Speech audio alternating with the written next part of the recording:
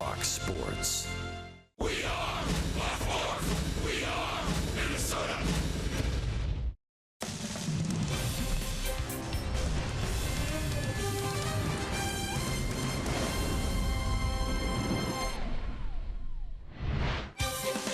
An absolutely perfect fall night for baseball. Game 2 of this series between the Detroit Tigers and the Minnesota Twins in downtown Minneapolis. And the visitors will throw out Matthew Boyd, who's had a good career against the Minnesota Twins, 6-4 in 15 career starts against Minnesota. He'll be opposed by the Twins' Jake Odorizzi, 3-1 his career with Detroit against the Tigers, and back-to-back wins, including a near no-hitter against the Yankees and a win in Detroit last time out. Welcome inside Target Field. Perfect night for baseball. As I mentioned, Twins trying to bounce back off a rare home loss. They've been brilliant at home all season, 11 games over 500. And one of the players specifically in the second half that's done some damage is Jorge Polanco. Of course, he missed the first half with that suspension. Got off to a little bit of a slow start, but he has found momentum now in his last 17 games. One of the hottest hitters on this roster. Look at the numbers for Jorge Polanco. Near 320, 8 runs scored, 8 RBIs, a slugging percentage of .458. For the year, he's over .280, and he's showing real signs of consistency in the field with those good offensive numbers. So we asked the manager, Paul Mauter, what he's seen from Jorge Polanco here in the second half that gives him hope for the future. You've heard me talk pretty glowingly about what I think his future is going to look like. He's got a special bat. He's got ability as far as finding the barrel, and I think he's dangerous from both sides. I think we're going to continue to see a power development. I think he knows the strike zone. Strikeouts have been a little high for me as far as the type of hitter I think he's going to be eventually. Part of that may be just working back and trying to make an impression here in the second half. But, it's been a tough year for him and overcoming what he had to their first half, but he's finishing on a good note. We'll see if Polanco and the Twins can provide offense for Jake Odorizzi off those 2 great starts.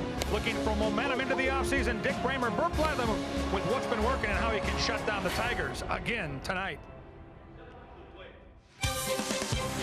Twins baseball on Fox Sports North is presented by CenturyLink, connecting you to the power of the digital world.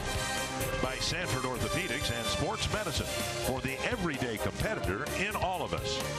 And by Northland Ford. Visit buyfordnow.com and your local Northland Ford dealer today.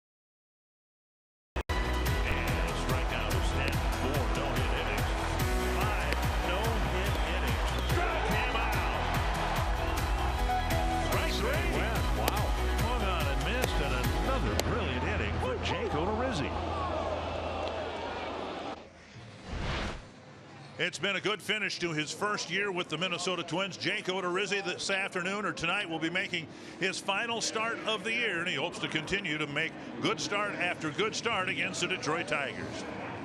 And we welcome you to Target Field. Dick Bramer, Bert Blyleven for the middle game of 3 between the Twins and the Tigers.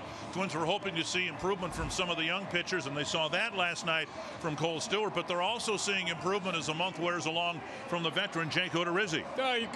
We can say that it's been an up and down year for Jake Odorizzi. You know, he started off pretty good, didn't get a lot of run support, and then he kind of went through a cycle where he was not pitching well at all. Well, he's trying to finish this season strong. His last 2 starts, remember his last start here against the Yankees, he took a no-hitter into the 8th inning. What has been the difference for Jake Odorizzi over the last couple starts? Pitch count. He's more aggressive in the zone and able to keep that pitch count down where he's getting deeper into the ball game. And he'll hope to have another good one against the Tigers. The Twins still hope to win this series. They'll need a win here tonight and another one tomorrow night to finish off on a high note.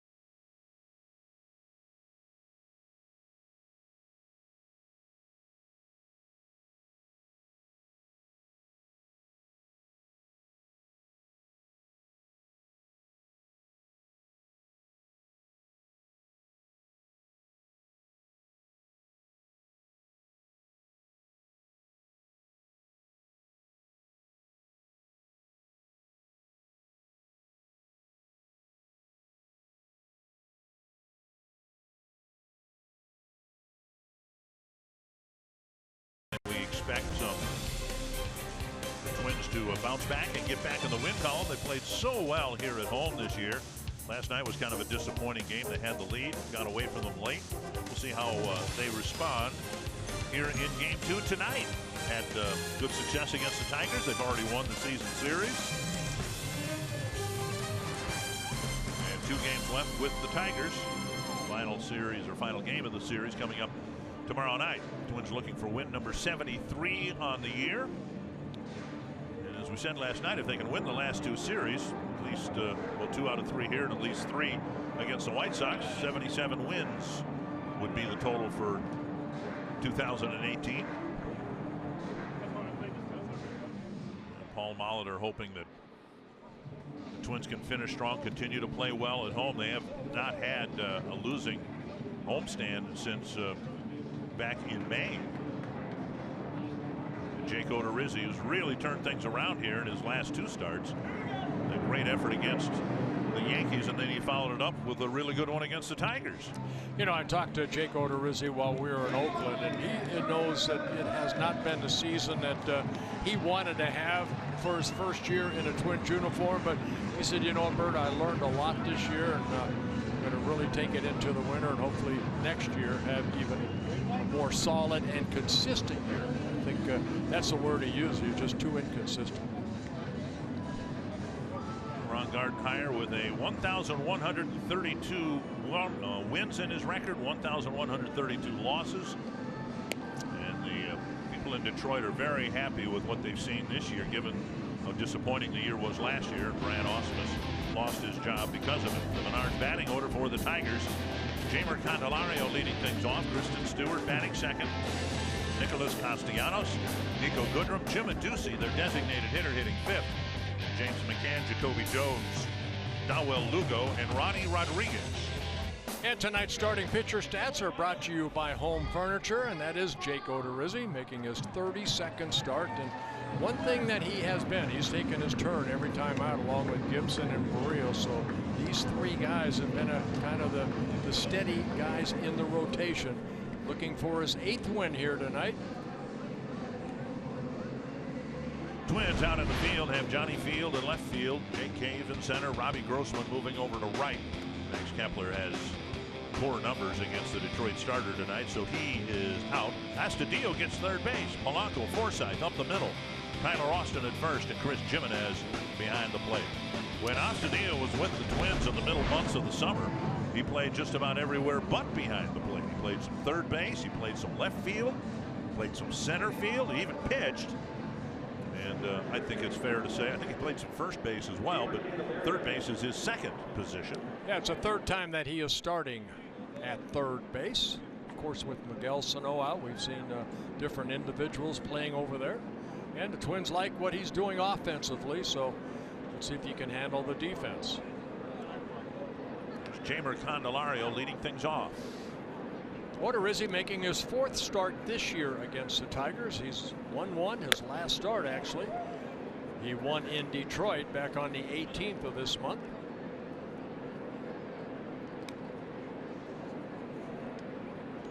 Done a better job the last couple of starts getting ahead of batters, getting them to chase some pitches. I think we showed it in the pregame too. Jack Morris was talking about that.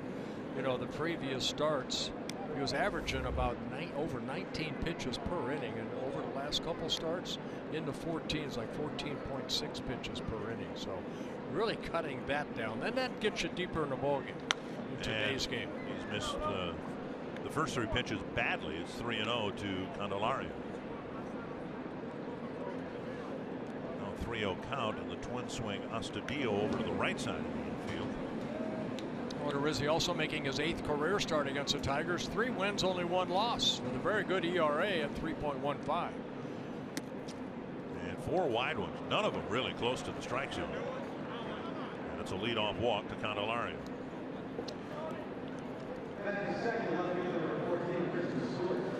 Not the way you want to start a ball game. Just 1 walk in his last start against the Tigers in 6 1/3 innings, and now right away an opening base on balls. Stewart the batter. And Odorizzi isn't like, say, you know, Cole Stewart, who worked in last night's ball game, a ground ball pitcher. He's more of a fly ball pitcher, so he's only had 9 double plays turned behind him in his first 30 starts. Quick throw to first. Candelario back. Stewart's done for the year. He will not start on Sunday as I thought he might. And he finished on a high note. We sure did. And I think has given the brass here something to think about as to where he might fit in to next year's rotation. There's a breaking ball for a strike. Struggling to get his fastball into the. That was a changeup right there. He just kind of threw it at 82 miles an hour. Say, okay, now I kind of know where that zone is. 1 strike.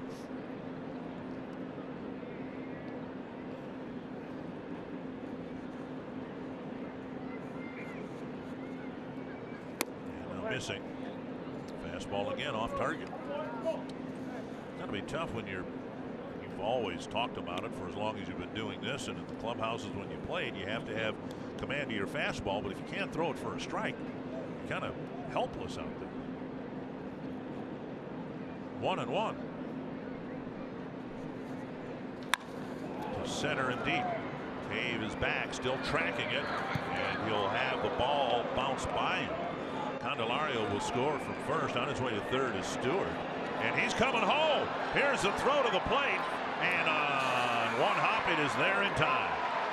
Stewart thrown out, trying for an inside the park home run. He'll get credit for an RBI triple. Well, it looked like Odorizzi went back to that changeup, and it hung right there, and Stewart gave it a ride all the way to the 403 mark. Thought Jake Cave had a chance to maybe leap for it, but it was too high for him, and then carry him toward the bullpen area. So Stewart giving it a ride. You see Cave thought about it, but you can see that almost went off that wall out there and still deflected away, and a nice tag right there by Jimenez as Stewart gets a triple and an RBI, his first major league triple. Castellanos with one out and the base is empty. Breaking ball wide. You know, I've been where Odorizzi is right now, and you know what you want to try to do is throw your fastball right on top of home plate because everything is up. Right. So set your sights a little bit lower. Softly hit, couple of hops behind the second base bag, 2 away. I'll tell you what, last night there were balls hit up the middle that almost hit that second base bag, and here we go again. Well, it looked like it went right over the second base bag. Right off the end of the bat, 2 away. And for tonight and tomorrow night, whenever the Twins can face Nico Goodrum with the bases empty, that'll be a good thing. Drove in his 12th run against the Twins last night. 1/4 of his runs batted in have come against the Twins, and he didn't even play when we were in Detroit on the last road trip. Swing and a miss on the off-speed pitch. Yeah, right now the changeup seems to be the pitch that Odorizzi's going to. But now you're ahead in the count. Now work that fastball back in there.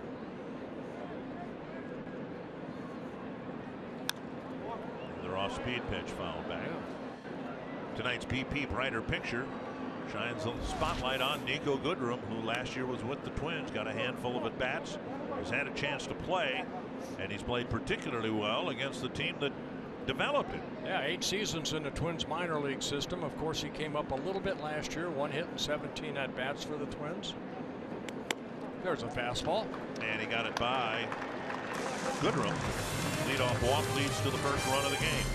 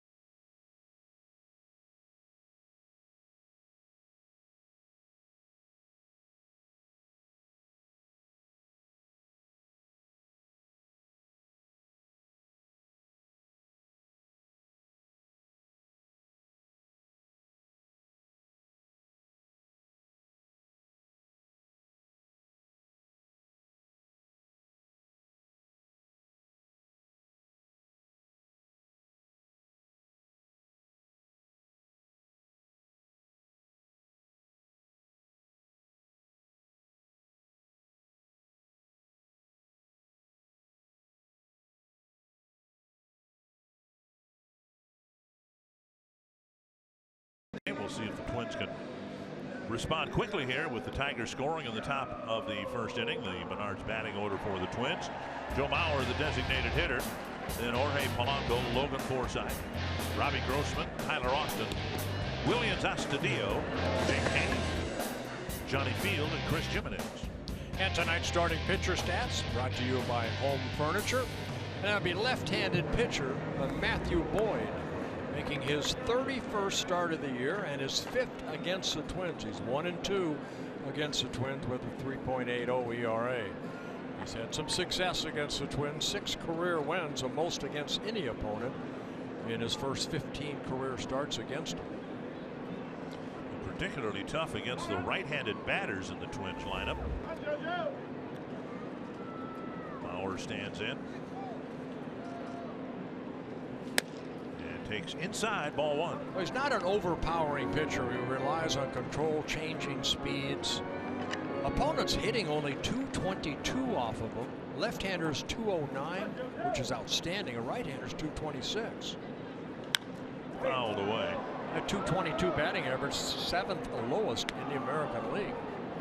So even though his record is not good, 9-12, he's pitched very good baseball. His arsenal, basically fastball, slider, curveball, and the changeup. Be the best barometer as to how tough he's been on the Twins. Joe Mauer is hitless in 8 at-bats against him. And the count goes to 1-2. He's one of these guys, I think, Dick, that are sneaky fast because he mixes in his other off-speed pitches, and then all of a sudden that 92, 94 mile-an-hour fastball looks a little bit quicker. Those are his career numbers. Very good, 3.83 ERA against the Twins. Mauer with a couple of singles last night. And he takes down and away 2-2.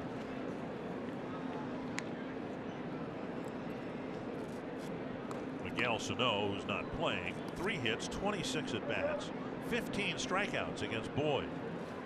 Byron Buxton's not here. He's 0 for 18 against Boyd. Peeled foul and back into the seat. Still 2-2.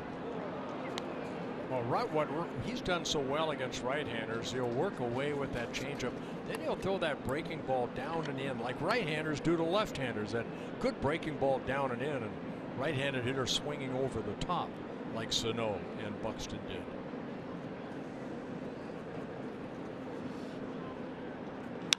It's to left, hit right at Stewart. Now he comes in a couple of steps, 1-away.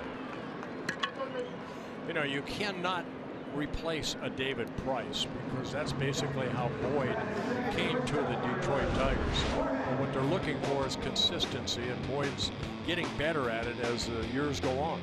Northland Ford defense for Detroit. Jones in center, flanked by Stewart and Castellanos.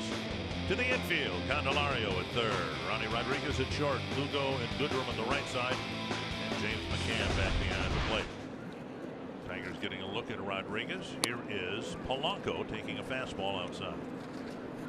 And I brought David Price's name up because David Price was with Detroit. He got traded to Toronto, and in return, Boyd was one of the left-handed pitchers that they got in return. And now David Price with the Boston Red Sox.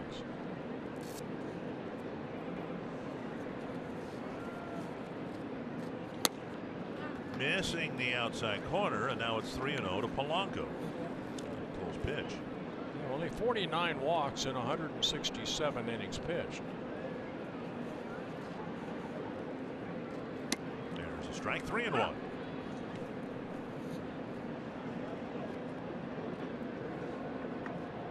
Polanco hitting just .222, 6 for 27 against Boyd. That's down the line, and a foul ball, just barely. Polanco making a bid for an opposite field extra base hit. Yeah, inside out swing right there. This is the part of the game that Polanco wants to get a little bit better this year, right-handed. See that ball? Inches. About a foot or so. Foul. Hitting only .209 as a right-handed hitter. Of course, most of his at-bats have come as a left-handed hitter, where he's hitting over 300.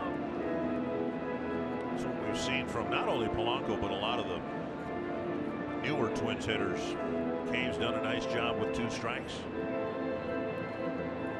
Well, you know, Polanco missed the first 80 ball games, so you almost have to times what he's at right now times 2.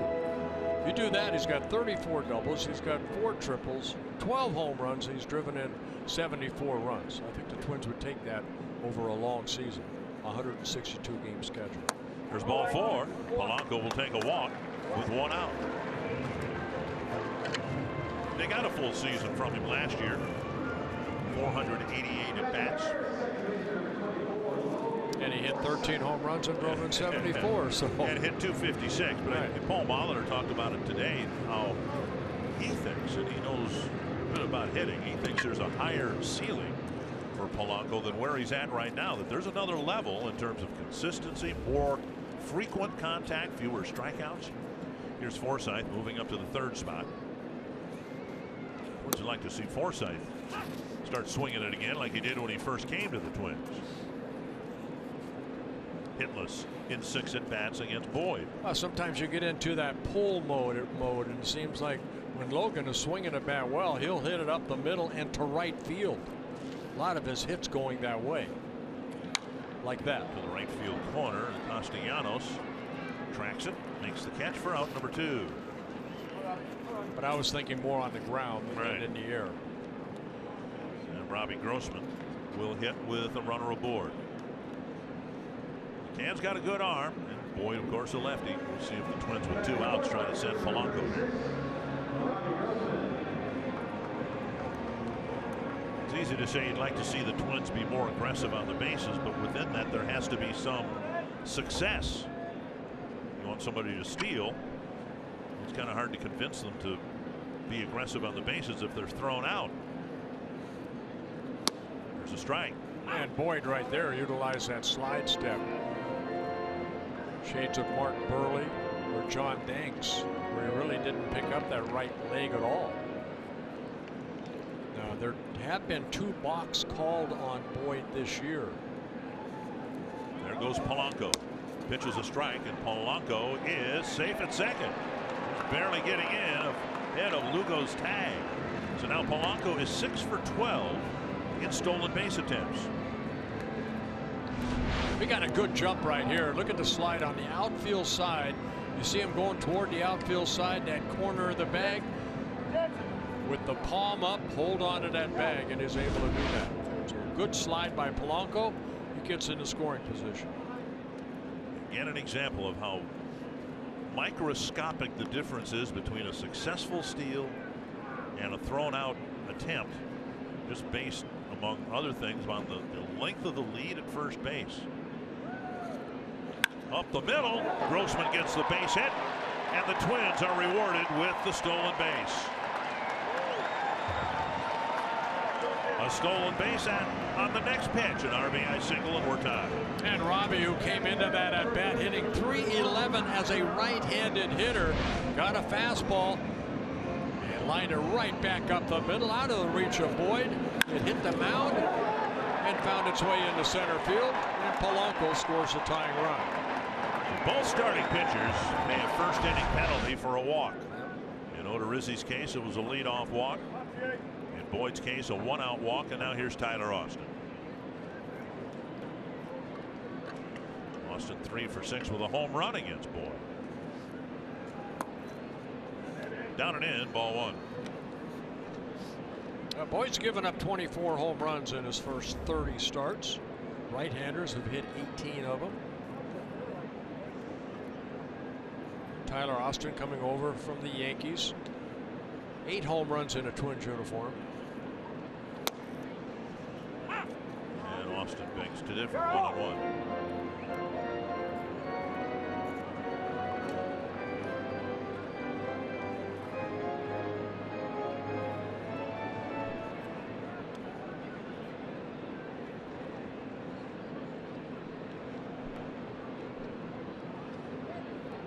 We've lasted as long as we have together in the booth, 23 years, because I don't try to speak for you, but I think in this case I can. You'd like to see Joe Mauer come back next year, wouldn't you?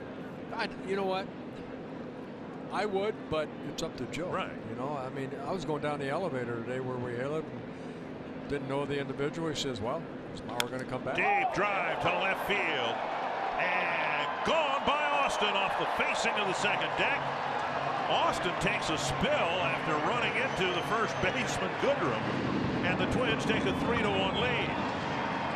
The point of it was, if Mauer doesn't come back, Austin will get the first look at first base. Well, big smile right there as Gene Glenn, I'm sure, said something to him as he ran into Goodrum. But it's a 2-run home run. Twins put a 3 on the board, a crooked number. And That slider just kind of stayed right there. The solid, strong swing of Tyler Austin. Did it make it to the second deck? I think right off the facing. And now Astudillo, and everybody's chuckling. And Astudillo pushes one through the right side of the infield. The Twins with 3 straight hits after the second out against Matthew Boyd. Why, you admire the home run, and then you see Goodrum right there. Excuse me, young man. Goodrum, a middle infielder by trade. He started to slide a little early. Also, it's kind of boxed in there, not just by Goodrum, but the first base umpire, Hunter Wendelstedt, too. They didn't give him any room to round the base. Back to a lefty, and Jake Cave sliding down to 7th in the order. Well, Boyd's coming off a short start in his last start, back on the 20th of September. Just an inning and a third. He gave up 6 hits, 5 runs, even though 2 were earned. Way out in front, and it's 0-2.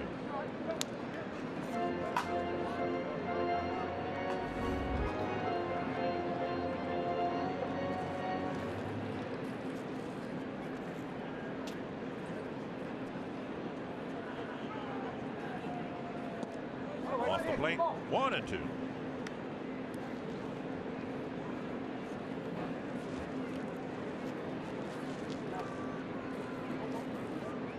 This will be Boyd's last start of the year, so he'd like to finish on a high note.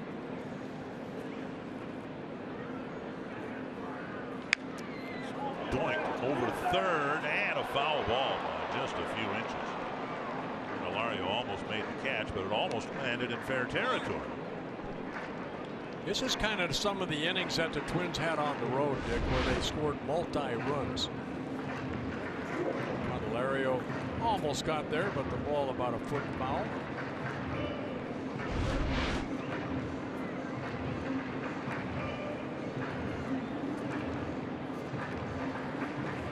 Came back in the box, trying to extend this 2-out rally.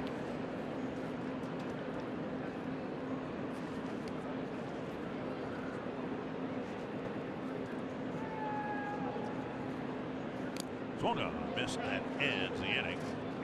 And the Twins respond with Detroit getting a run on the top of the inning. The Twins come back with 3 in the bottom.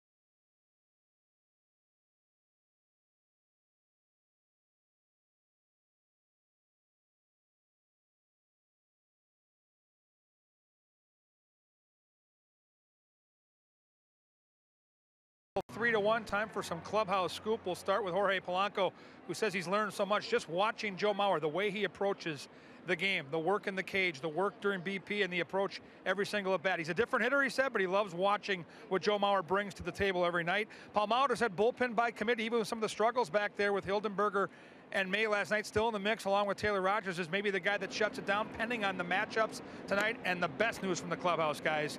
We loved Big Sexy with Bartolo Colon last year and the t-shirts. Now we've got Baby Sexy.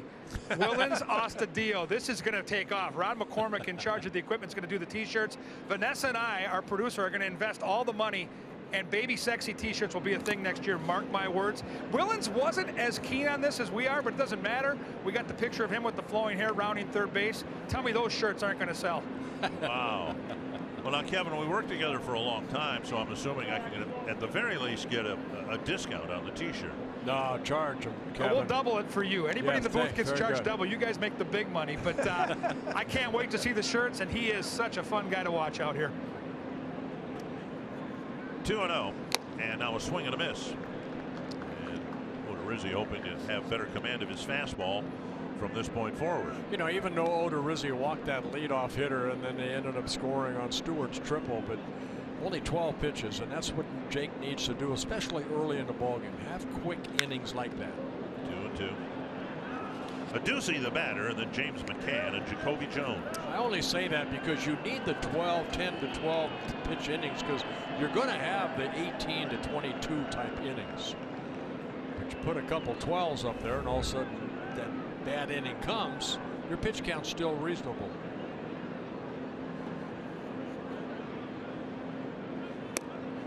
And now a full count.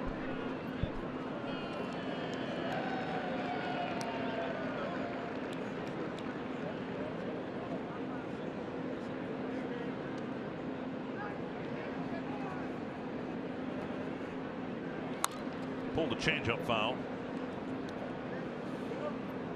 Odorizzi will finish a little bit on the south side of 170 innings pitched. Last year he pitched 146, but made just 28 starts at the big league level. One start on a rehab assignment in Charlotte. One thing he's been able to do is stay pretty healthy. For the Rays, a couple times worked over 30 starts. Close pitch right there, but called low. Ducey gets the call. Odorizzi thought he had the corner.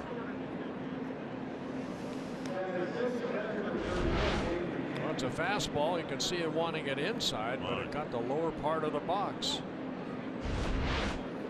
Second leadoff walk for Odorizzi, and now James McCann. McCann got what turned out to be the backbreaker last night, an opposite field 2-run double after a call the Twins hoped would be overturned at second base was not overturned. If we get a chance here, we'll get a little clarification for you on that. Squaring the bunt and taking ball one. 20 pitches, only 9 strikes for Odorizzi.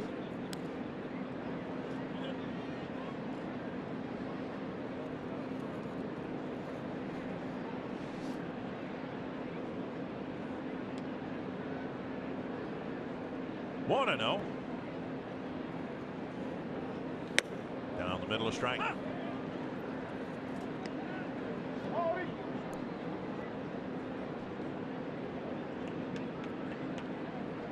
Odorizzi last year 28 starts for the Rays, an ERA of 4.14. A few more starts for the Twins and a chance for the ERA to be very similar to what it was a year ago. Fly ball right field. Long run in for Grossman, but he is there for the catch and out number 1.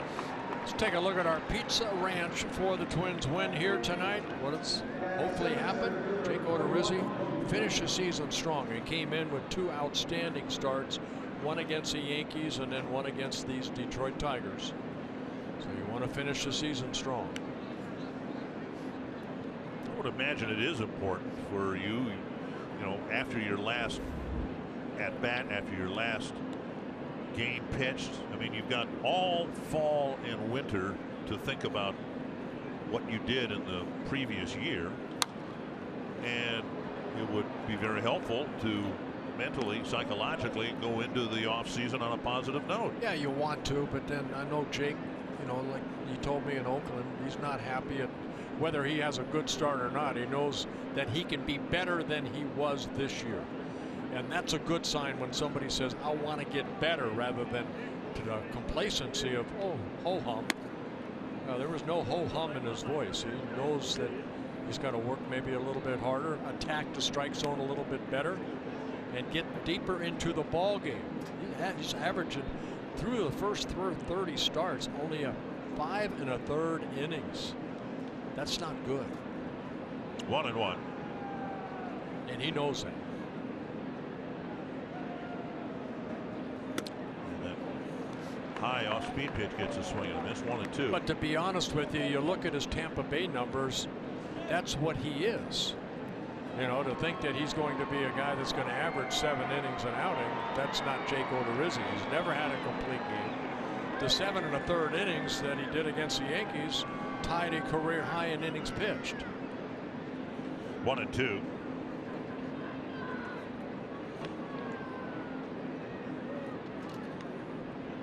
Could do a better job of holding runners. Base stealers have been 11 out of 13 against him. Does have a couple pickoffs. Ducey at first base, not a baseball or stealing threat. 1 stolen base and 1 attempt. There's a called third strike on Jones. So the corner that wasn't called in the Ducey plate appearance was called on Jones, down and away.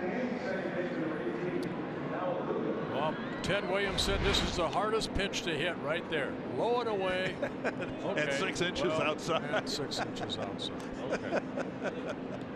Yeah, that black there was about 3 inches. Jake said, I'll take that.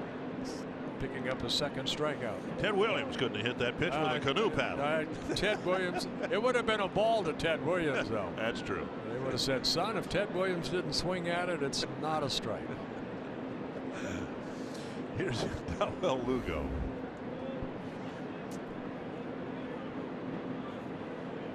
Pitches up high, ball 1.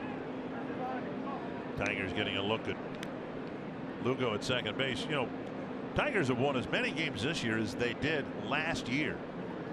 They've got 64 wins this year with 5 to play.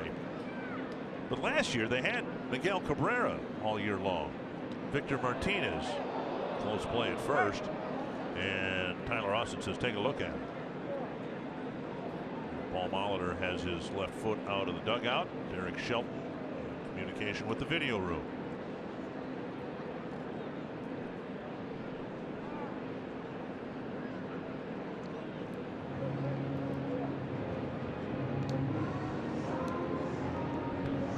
There'll be no challenge. But last year the Tigers had Ian Kinsler at second base.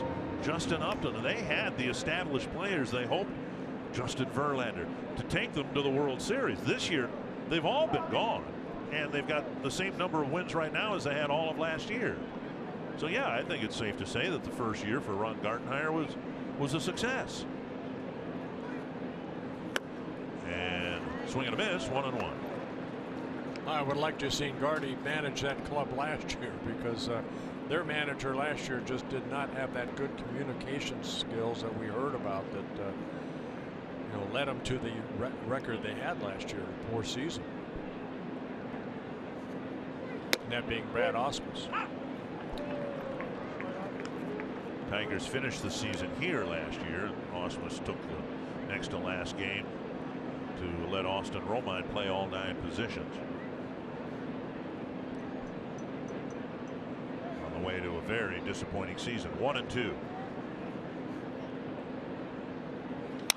Poke to right off the end of the bat. A base hit for Lugo, and Ducey will hold up at second. Just protecting the plate, and it looked like the pitch itself was about a foot outside. Well, credit Lugo too. That looked like a breaking ball that stayed up, and instead of trying to pull it, he just kind of went that way. His body went that way. Watch that right there, his hands. You can see he's almost looking. Okay, I'm just going to slap that into right field. Exactly what he did. We saw that from the other side of the plate from Jake Cave last night. You know, just trying to protect the plate, and he flicked a solid single to center. Here's Ronnie Rodriguez.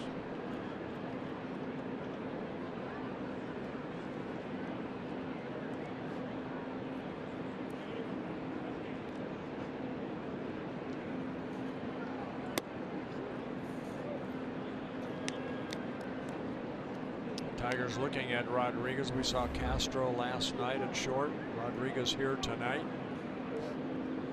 in his rookie season.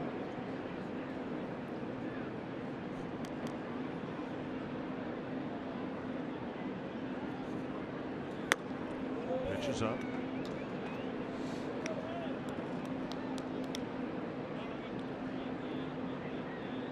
Two and 0.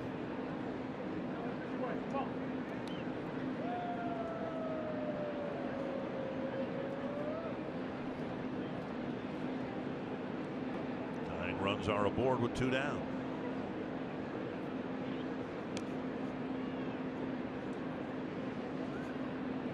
Popped up near second base.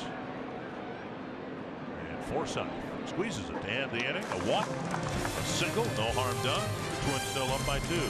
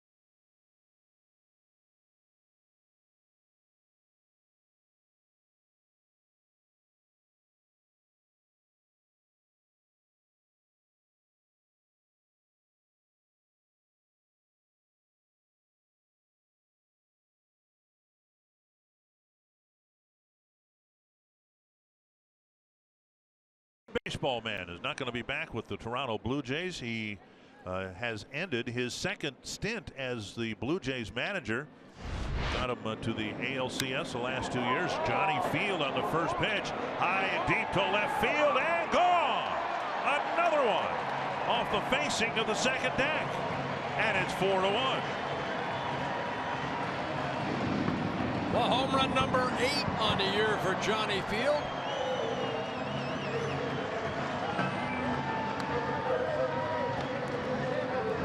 Second as a Minnesota Twin. Jumping on that first fastball. The ball rolled right back into the swing of field. And able to get it over the stands into the seats. The Twins have a 4-1 lead. And now Chris Jimenez taking outside ball 1.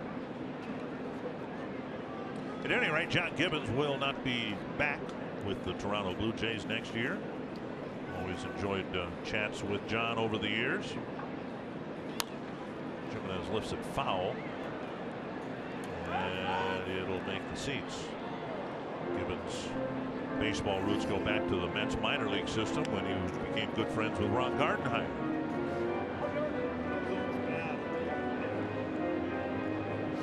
At Toronto, you know, they're expected to do a little bit better than they have done. 71-87 coming into today's play.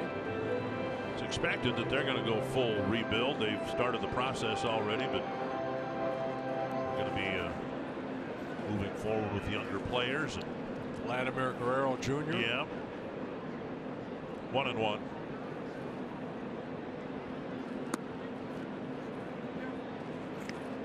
I'm trying to think who else they could bring back. The Blue Jays have a history of bringing back managers. They brought back Cito Gaston. Yep. They brought back John Gibbons. Maybe they'll get Bobby Cox to come out of retirement. Popped up over the Twins dugout, out of play. 2-2.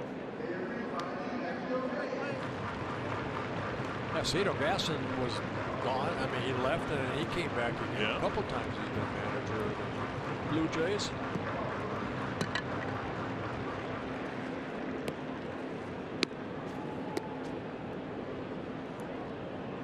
Blue Jays started the day 35.5 games out of first, but 25 games ahead of the Baltimore Orioles.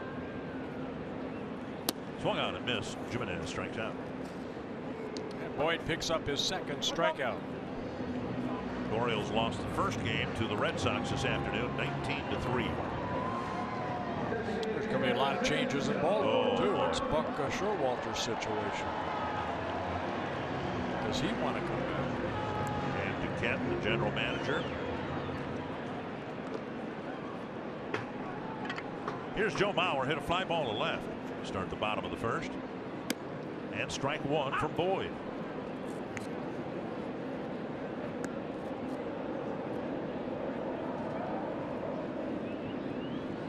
Boyd's already given up home runs 25 and 26 on the year. That's the very short center. Heading back is Rodriguez, and he won't make the catch, and Mauer has a bloop single into center field with one out.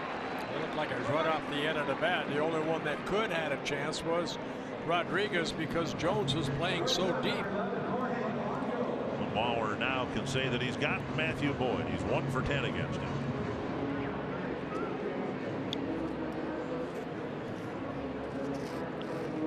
Take a look at our DQ combination, focusing on Jorge Polanco, who, of course, as Bert said, missed the first 80 games. But we're going to look at shortstop numbers since Polanco joined the lineup, and he's in the top 5 in all of those categories. So yeah, it's been a disappointing year for the Twins. The disappointment actually probably started with the spring training news that Polanco wouldn't start the year with the team, but looking forward to 2019 and a full year from Polanco. What I was gratified to hear Paul Molitor, he talked about his hitting, of course, and I think the feeling from everybody was the guy could hit, but Paul's seen improvement in the field. And where there used to be talk about Polanco eventually settling in at second base, now Paul said there are more and more people in the organization who think he can stick at shortstop. Now Royce Lewis continues to cut through the minor league system.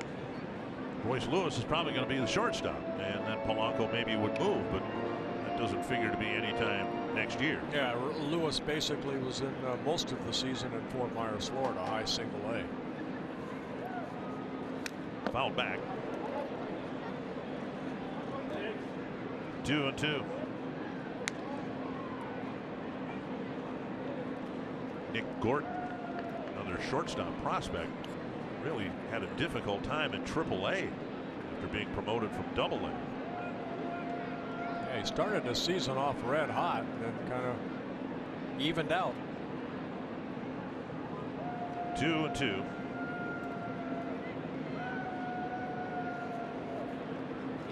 Tapper to short. He'll have to hurry to stay out of a double play.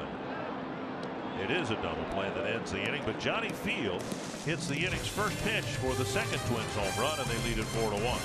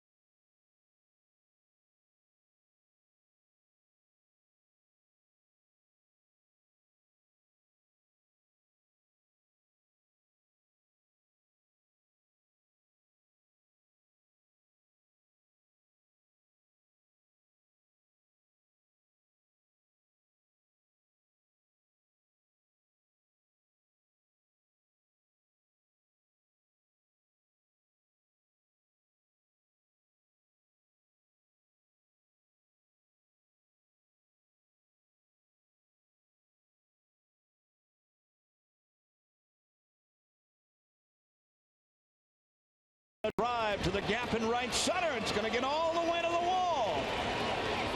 3 are going to score, and Yelich digging for third.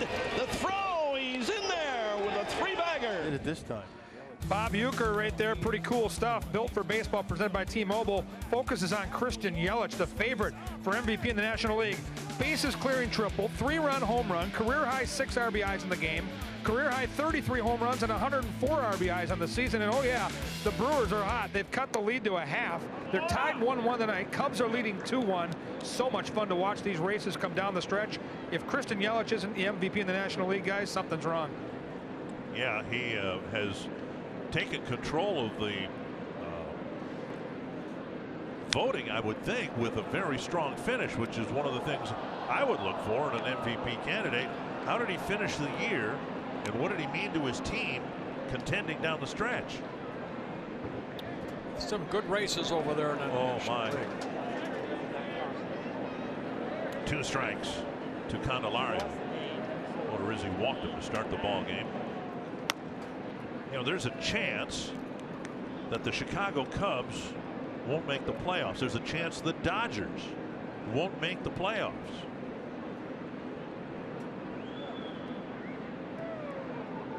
One and two. And now 2 and 2. The American League side, I watched the end of the Oakland ball game last night. They had it. They had the game in Seattle. They had it. 2 outs, runner on, ground ball to Matt Chapman, a sure-handed third baseman, and he bobbled it. A very costly 2-out error. Mariners tied it, won it in extra innings. This is to center. Cave is tracking it, and he gets there for the first out. That's a pretty good night for former Twins last night. Chris Herman walked off the A's, and Eduardo Escobar hit a home run for the Diamondbacks and walked off the Dodgers. Yep. 1 down. Here's Stewart. Nice job by Cave right there. He went a long way for that deep fly ball. He had hung up there long enough to utilize his speed to catch up to it. Stewart crashed one against the fence in center field. It bounded away from Cave. He drove in a run with a triple. Dave Clark, the third base coach, sent him home. Why not? It's late in the season. Give the young man something to feel good about, but he was thrown out. And the Tigers got just the 1 run in the first. 40th pitch for Odorizzi.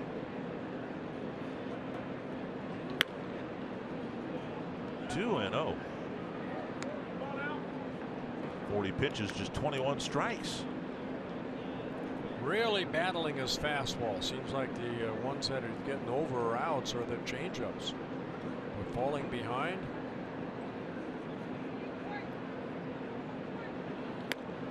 3 and 0. He struggled in the first inning with his control. He went to the off-speed stuff to throw strikes. The only thing, just watching Jake over the summer, is the only thing I would talk to him, and I have an opportunity in spring training to work out a little bit more out front. You can almost see him stand straight up when he releases that ball. That arm just could be another 6 inches closer to the catcher's glove by just bending your back a little bit more. And that would create a better angle toward the catcher's glove. 3rd walk for Odorizzi in the ballgame. Castellanos will bat. And a ground ball right over the second base bag. Forsythe made the play in the first inning.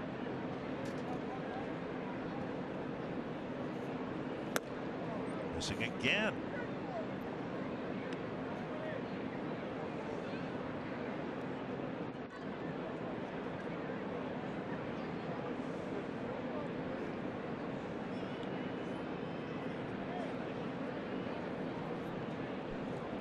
Castellanos with a big hit last night. A pitch that was in off the plate, a fastball from Hildenberger, and he put the barrel of the bat on it and lined it sharply into center field to drive in a run.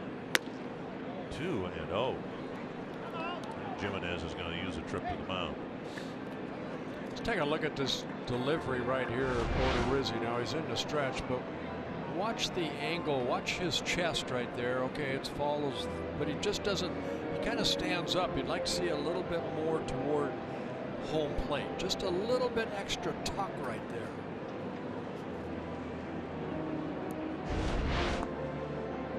It's very minor, but one thing that Garvin Alston told me about Odorizzi is that he just fights himself sometimes to where his release point, rather than working out front, he's got to let his arm catch up more or less to his body, because his body is already out there, and then his arm is flat because it can't catch up to the body.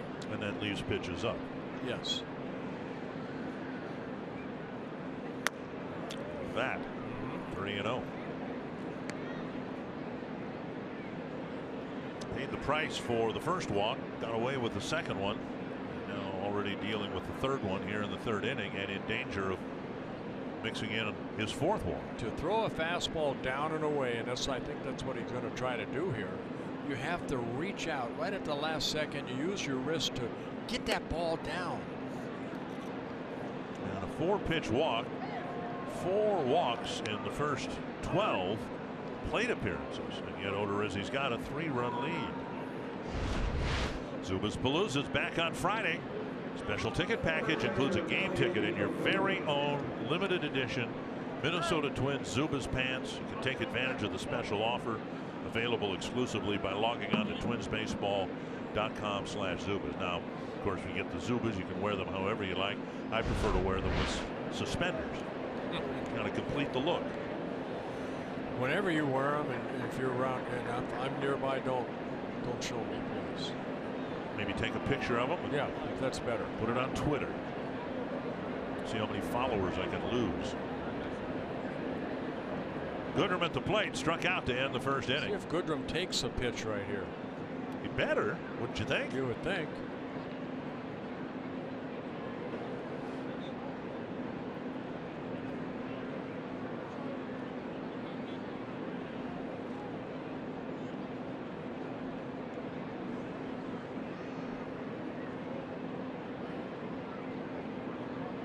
And Jimenez not on the same page right here. A little too long. There's a strike with a fastball.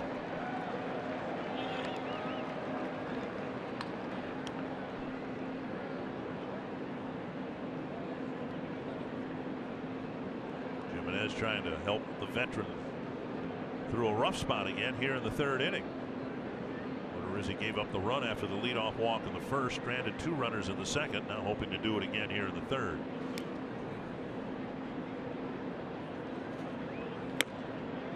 Held it, called the ball, 1-1. Season high in walks for Odorizzi, 5. He did that back in April here against the Houston Astros.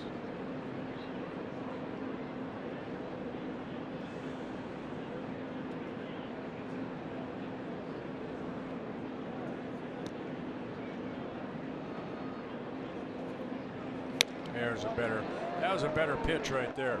That's similar to the one that struck him out in the first inning. Seemed like his arm caught up right there. As you see right there at the end, you see that little extra off the wrist.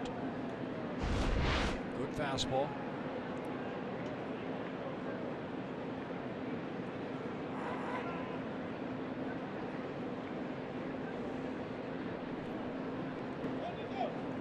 Sneaking behind Stewart.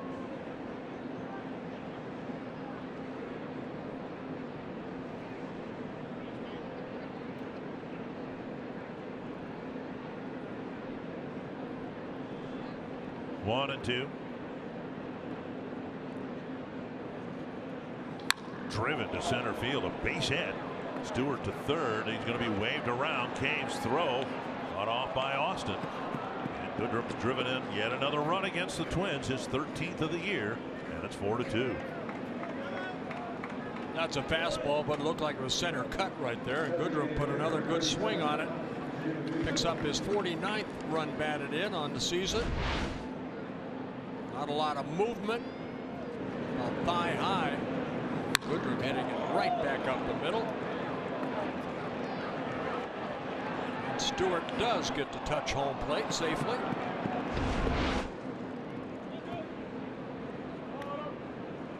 It's amazing what he's done against the Twins, and he's driven in another run here in the third inning. Tying run is at first in Goodrum. Hearing about it from Tyler Austin after Goodrum inadvertently blocked his path on his home run trot. Here's Adduci, who drew a leadoff walk in the second. Foul back, a strike.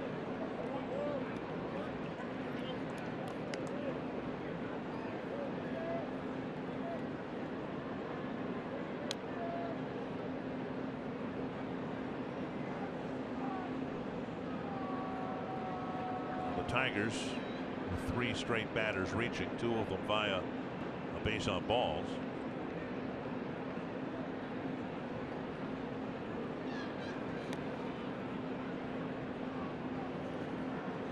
Ball back, 2 strikes.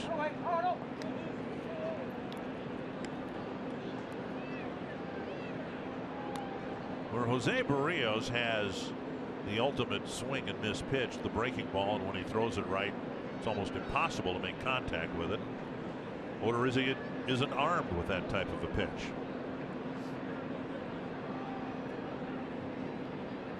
Well, 2 fastballs to Adduci. Nice dig by Jimenez, 1 and 2.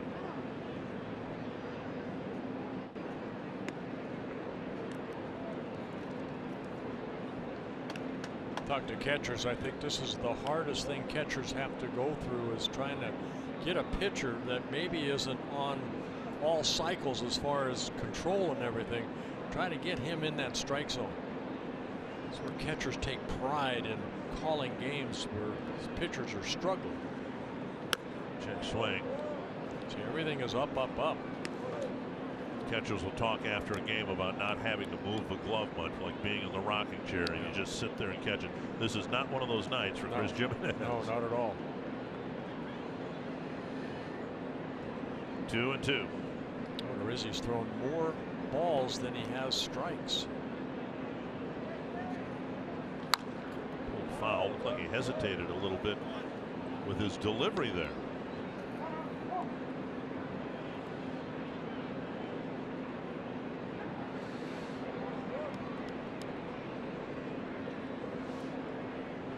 Odorizzi making his 158th major league start. He has 47 wins, 48 losses. Win here tonight, get him to 500 in his career. ERA under 4 coming into the ball game, career-wise, 3.93. There's a good pitch. Struck him out with a low fastball, 2 away. And Odorizzi picks up his 3rd strikeout.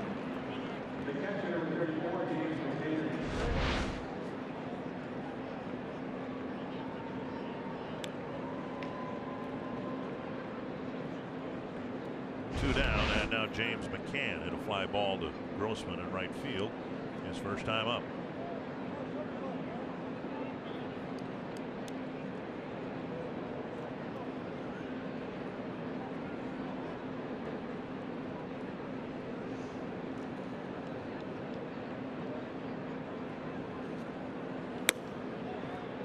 Missing up and away.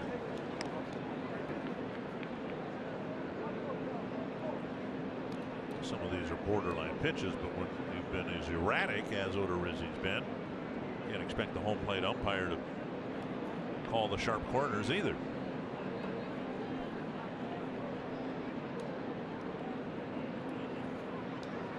Foul back, 1-1.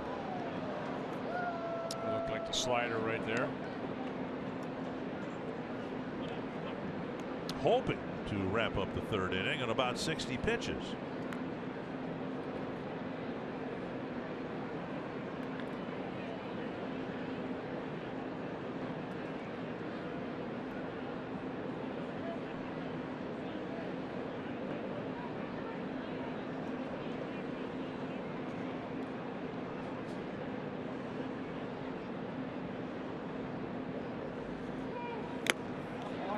To a 93-mile-per-hour fastball, and he got another swing and a miss.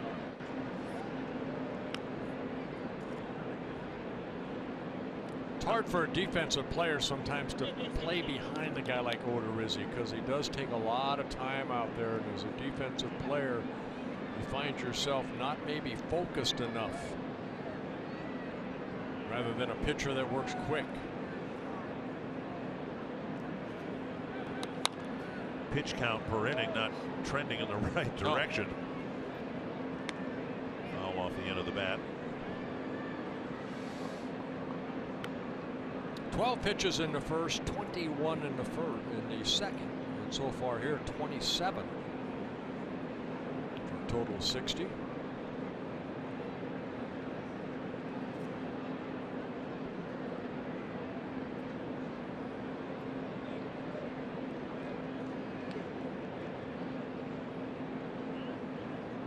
Another 1-2 pitch.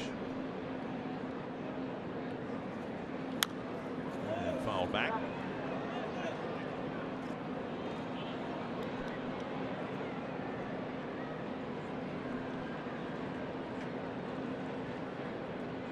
Yeah, there's just no flow to any of the top halves of the innings, even the first inning after the leadoff walk. Heat lamps come in handy on a cool night like this.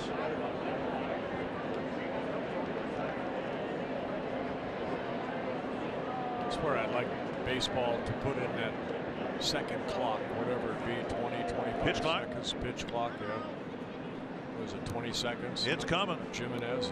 Yeah. It's coming. I don't think there's any question about that. That's why I think, though, Dick, when we do see young kids come up, like the Stewarts and the Gonzalez, I think what we see is a better tempo out of those guys, because that's what they've been conditioned in the minor leagues. Get back on the rubber, look for a sign, let's go. But some of the veterans like Odorizzi, they just seem to just take their time between pitches. And talk to defensive players, they don't like playing behind guys like that.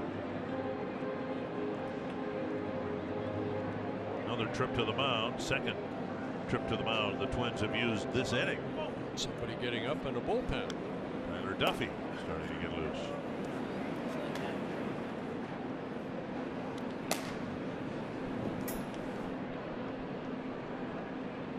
One and two to McCann.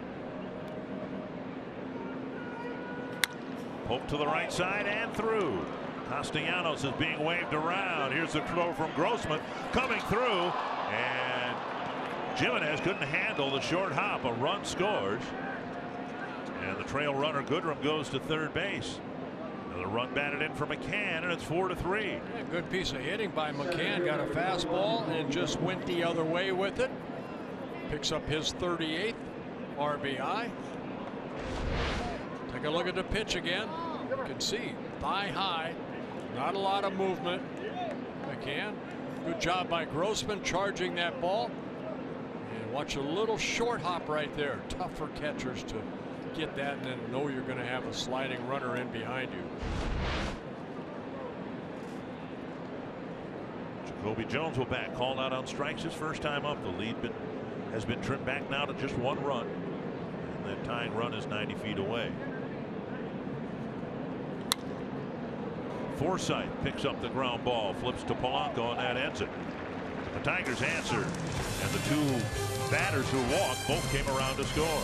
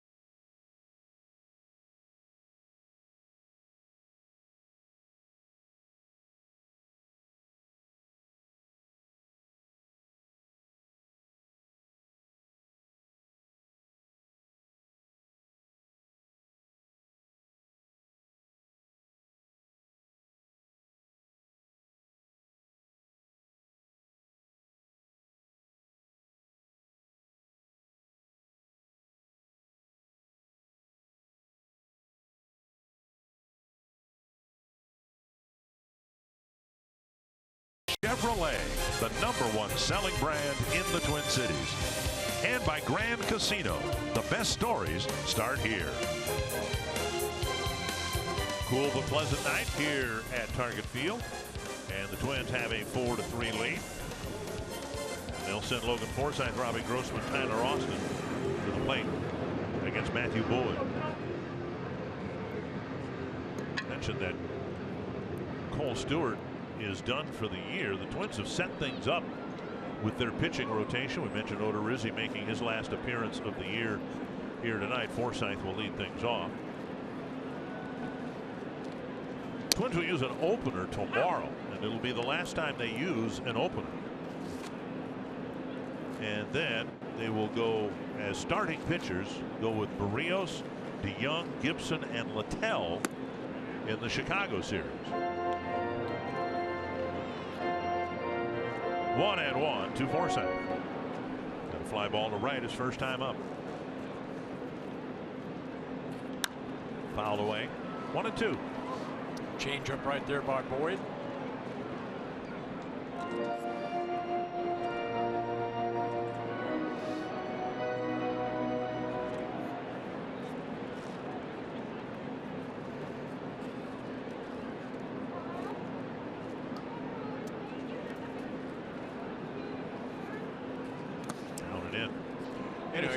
You struggle like Boyd has the first 2 innings. You give up 4 runs, but then you look up at the scoreboard and you say, you know what?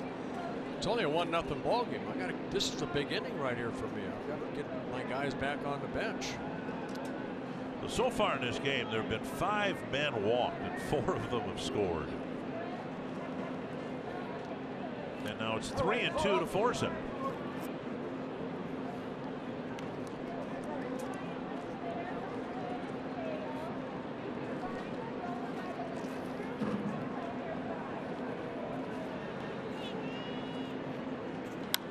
Foul ball. Boyd's pitch count isn't very efficient either. No. 45 pitches, and he's only gotten 6 outs, and he's only retired 5 batters. 26 pitches in the first, then 13 last inning. The only damage last inning was Johnny Field jumping on the first pitch for the home run. And Forsythe goes upstairs and swings and misses, 1 away. Strikeout number 3 for Boyd.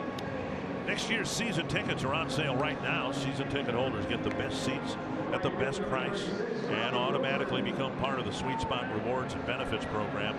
You can learn more at twinsbaseball.com/season tickets or call 800-33-TWINS. Here's Grossman. Drove in a run with a single sharply up the middle in the first inning. Yeah, that was right after Polanco stole second base to get in the scoring position.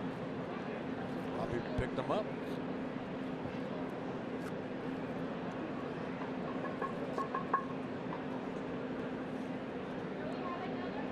And now outside 2-0.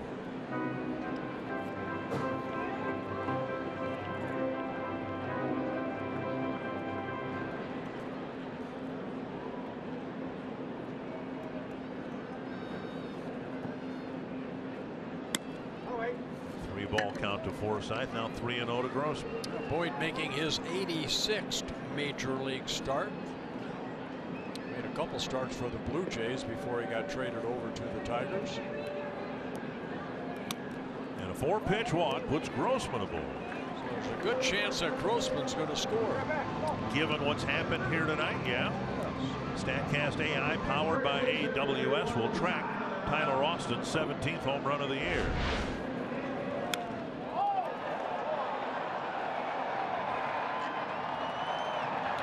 And he hit the way out of the park sign because it was way out of the park.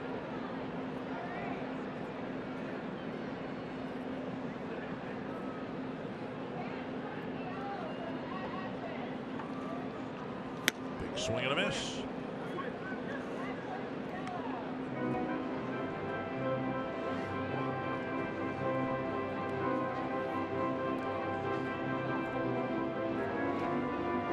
The 17 home runs for Austin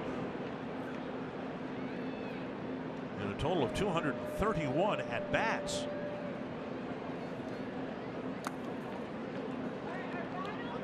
So as we were suggesting when he hit his first inning home run, if Joe Mauer doesn't come back, the Twins can go out to the market and bring in another first baseman. But they got a guy who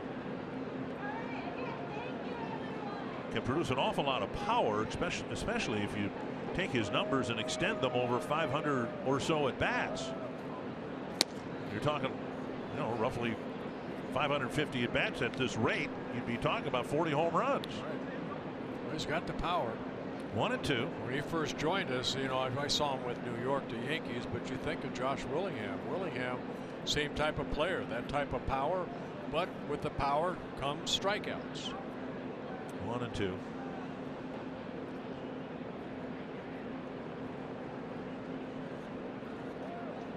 If that's how it plays out, you, me, and fans all over Twins territory will be going through hitting style whiplash. From Joe Mauer to Austin, who looks like he may have hurt his hand now.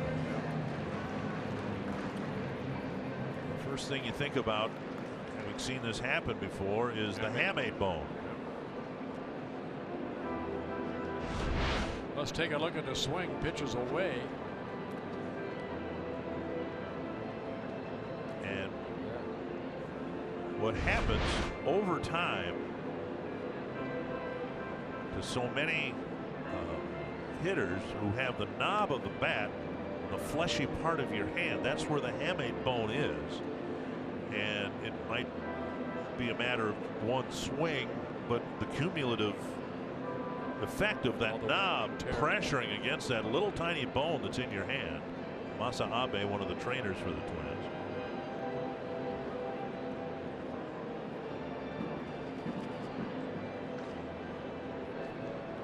See what he said right there when he squeezed his hand. Does it hurt when you do this? Then he just said, well, don't do that. Yeah. Well,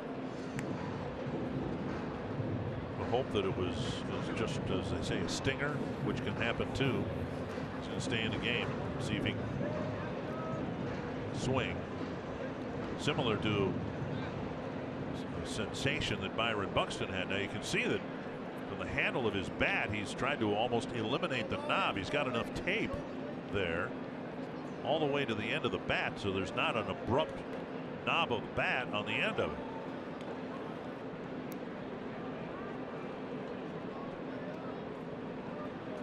Byron Buxton last year, the thought was that his hamate was going to be hurt. You see right there, that's, I think, encouraging that, you know, he's got so much tape there that the knob wouldn't really rub up against that hamate bone.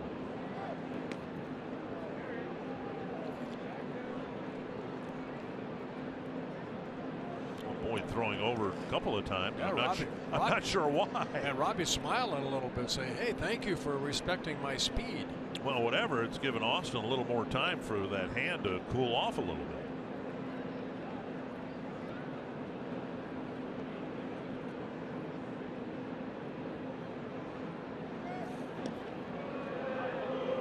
Well, I don't frankly understand this, but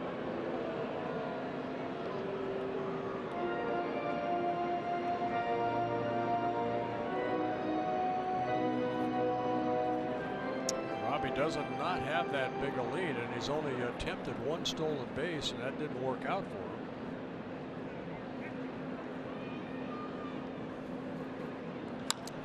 him. Left field. Coming in is Stewart. He'll get there, and we'll keep an eye on Austin to see how he reacted to the swing. Play the new Vikings scratch games from the Minnesota Lottery. With a top prize up to $100,000, it pays to be a fan. Austin disappointed with the outcome of the at bat. We'll see whether he's able to stay in the ball game or not. Here's Astudillo, single to right his first time up. Hey, jumped on the first pitch. He swings again at the first pitch.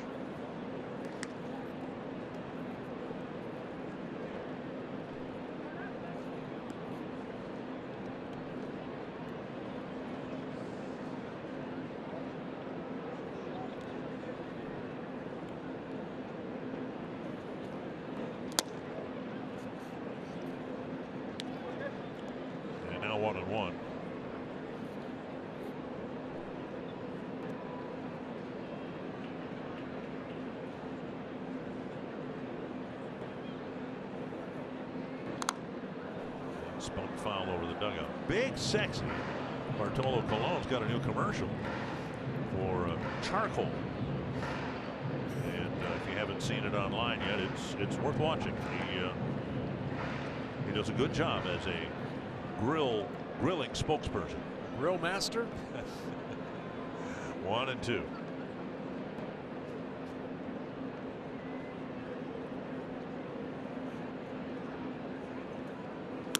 Pitch is up, 2 and 2.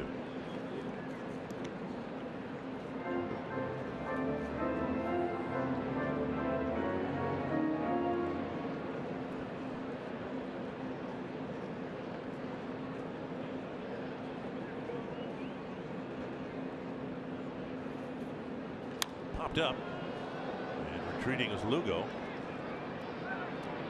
And he makes the catch, and the Twins are done in the third inning. On to the fourth. Twins up a run.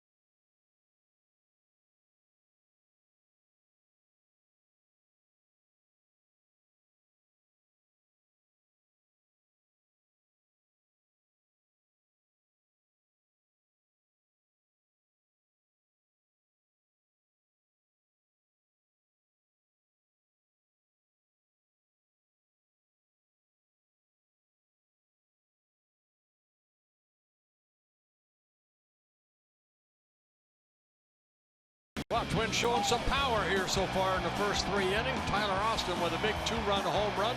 That gave the Twins an early 2-run lead, 3-1. And then Johnny Field made it a 4-1 ball game. Now with a solo home run in the second inning, but in the third inning, first couple walks, they both scored. 4 walks so far for Odorizzi in this ball game, and 3 of them have scored. Goodrum with another RBI against the Twins, and then McCann picking up another RBI. Here's Lugo to lead off the Detroit fourth, and he takes a first pitch strike. And we'll see if Odorizzi can stay in the strike zone here in the fourth inning. He's had a tough time doing that tonight.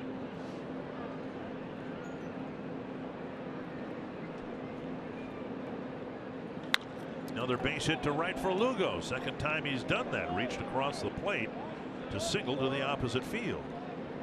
Tying runs aboard with nobody out.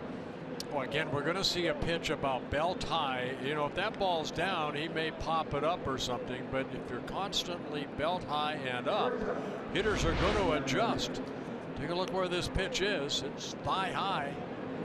And Lugo, another good at bat, just takes it into right field.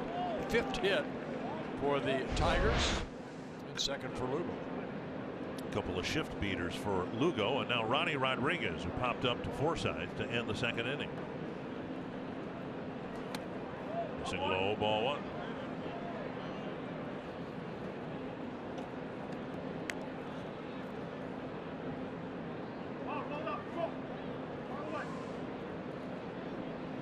It's been a struggle.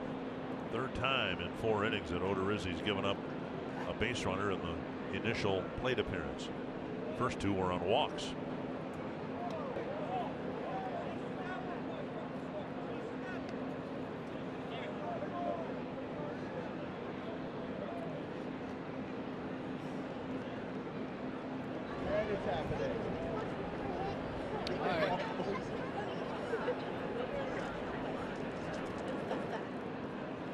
Beautiful bunt. Astudillo bare hands and juggles it. Can't make the throw. It'll be a bunt single for Rodriguez. Perfectly placed up the third baseline.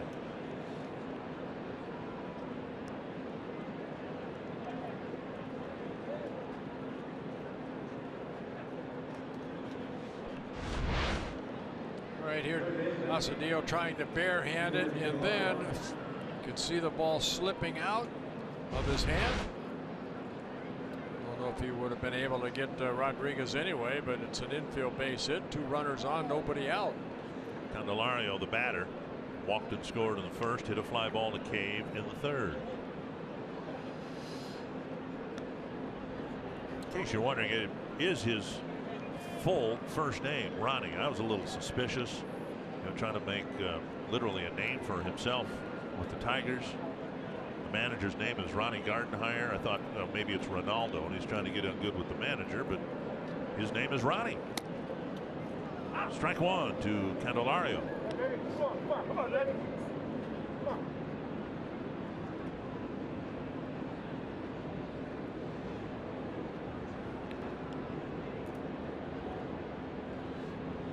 Thinking bunt right here, but Candelario does not have a sacrifice yet this year. Doesn't look like he's going to bunt. I think he looks like the type of player with 19 home runs. The Tigers might want him eventually to slot in the middle of the lineup instead of a leadoff spot. Nobody out. And the Tigers figure, why give up an out? Maybe we got a big inning here. 1-1 to Candelario. Fouled back, 1-2.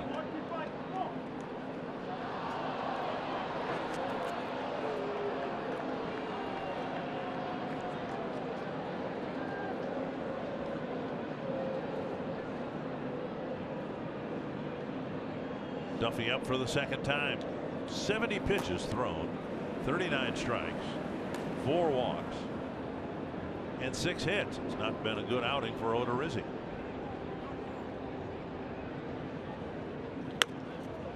Up and in fastball.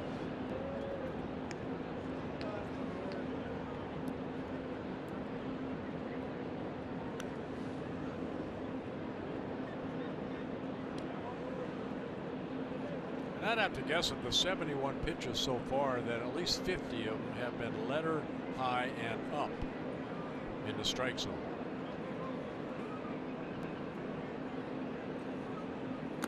There's one in the dirt. Oh, he slipped.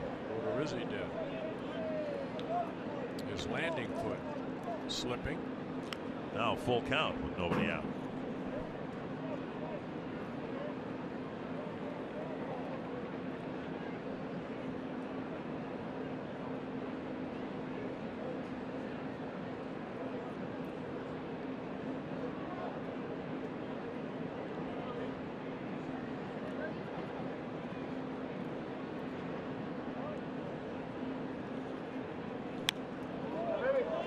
Breaking ball fouled back.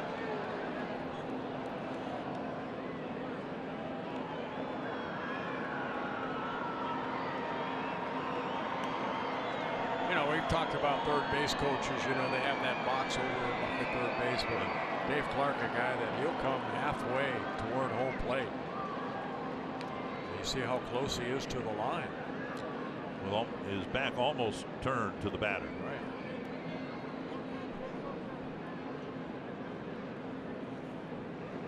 Fouled back. We talked about this with Gene Glenn. I mean, from time to time, baseball tries to enforce that, but they obviously do a very poor job. He is 60 feet from home plate. Yeah, and we'll see Gene Glenn. He'll be back a little bit right more. Where, you know, Dave Clark, he's creeping toward that line. He's trying to get a good read for that runner at second base. Lugo, if the ball is hitting the outfield. And he missed ball 4, and they're loaded up. Odorizzi thought he had the corner, but he didn't.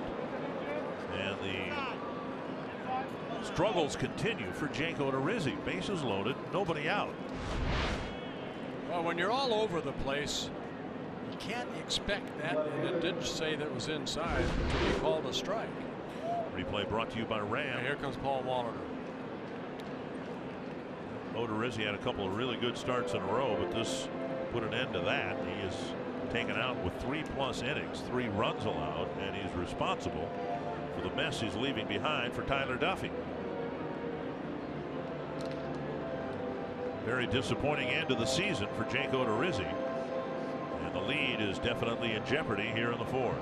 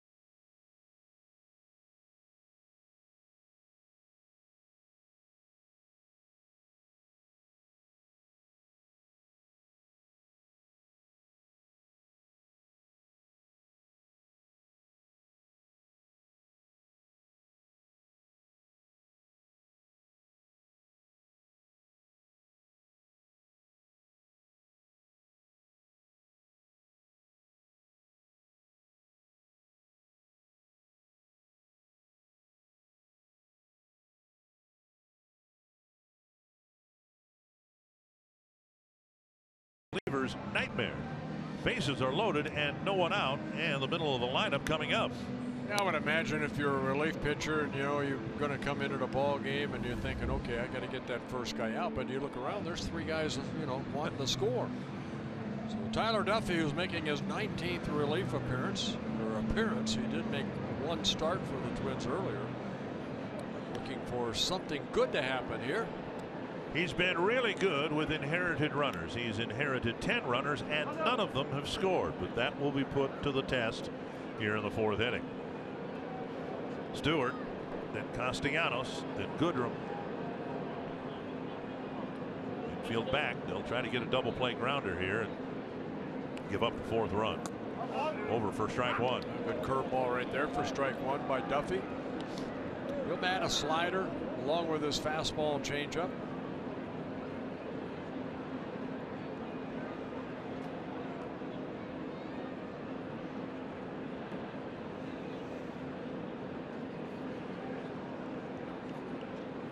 High fly center field. Cave is back. He has room. Makes the catch. Front 2 runners will tag. And a strong throw to the bag keeps the runner at first, and importantly keeps that double play in order. A sacrifice fly ties the game. Mentioned that Castellanos got an impressive hit last night. He's been getting a lot of those in the month of September.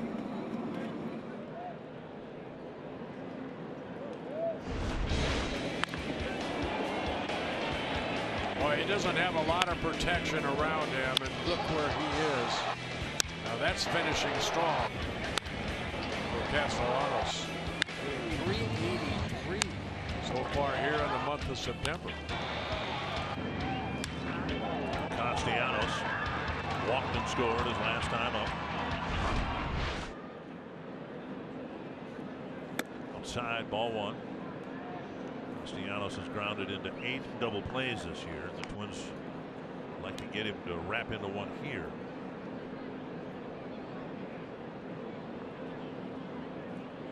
Single, an opposite field single, then a bunt single, and a walk filled the bases and caused the exit of Odorizzi.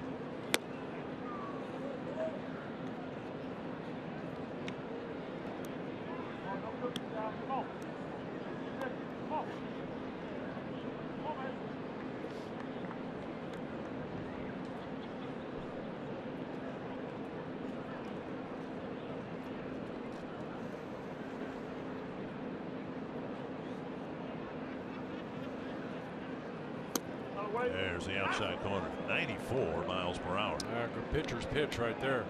One thing about Castellanos, he's got good plate coverage. 6'4".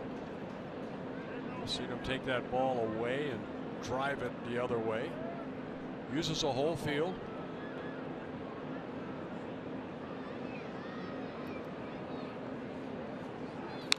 Making ball tap foul. I, again, was really impressed with what he did last night. The fastball from Hildenberger intended to jam him and get a weak ground ball, and he pulled his hands in, got the barrel to the ball, and he didn't pull it. He hit it to straightaway center field. Yeah, we showed you the pitch. It had to be a foot inside.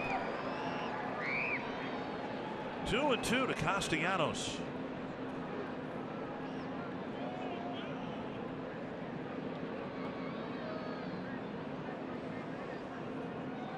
Got him.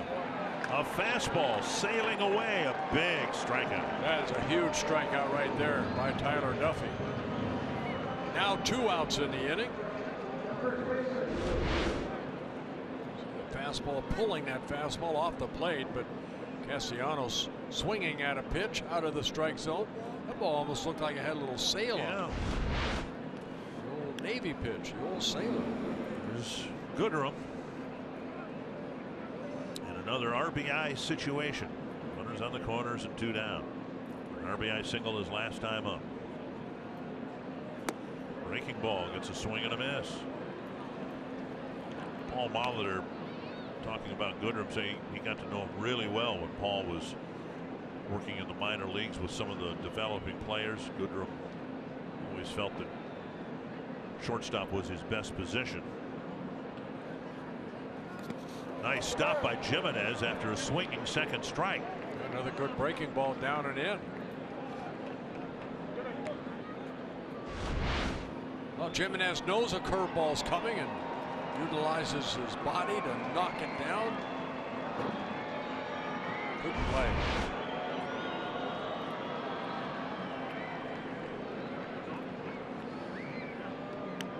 Goodrum's ticket to the big leagues, as it turned out, was to be a utility man, not a shortstop. He's taken advantage of the opportunity the Tigers have given him. 2 strikes. Got him on 3 breaking balls. A superb outing coming out of the pen by Tyler Duffy.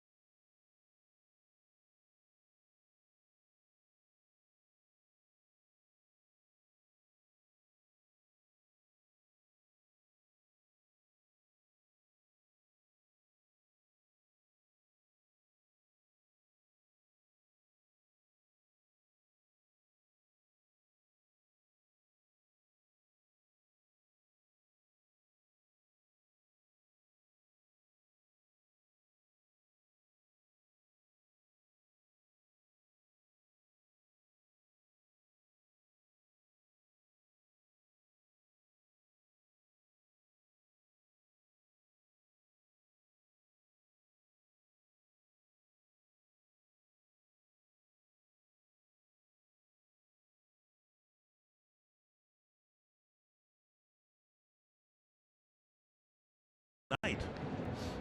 A little fuzziness around the edge. That might be because of the clouds. I think so. Great job by Tyler Duffy. Now that's damage control right there. Nobody out, bases loaded. Tigers could only score 1 run. Jake Cave takes outside ball 1.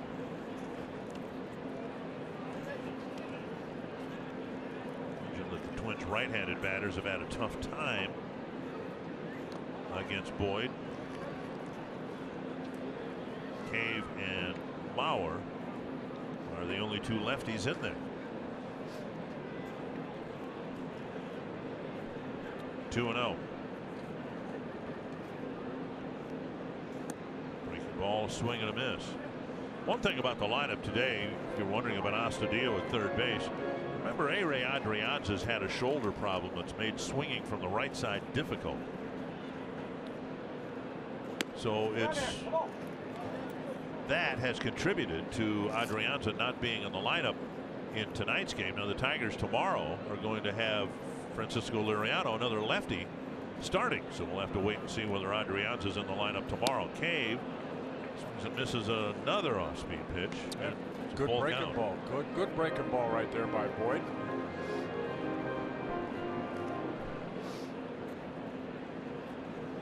Boyd with a couple walks, 3 strikeouts. And Cave fights off another breaking ball and literally drops a single to right. He'll slam on the brakes, thinking about second base. Leadoff man's on here in the 4th. That's what Paul Molitor was talking about. You know, they're very impressed by Cave. Even that right there. It's a little blooper in the right field, but it's the way that he rounded first base. Made Castellanos out in right field hurry up and make sure he gets that ball in. Good hustle right there by Cave. We've seen it so many times, what outfielders do, what they can be guilty of when they try to hurry things up out there. A look up and a bobble, and then Cave standing at second base. Here's Field, clobbered a home run on the first pitch from Boyd, leading off the second inning. Down and away, ball 1, and McCann will go to the mound.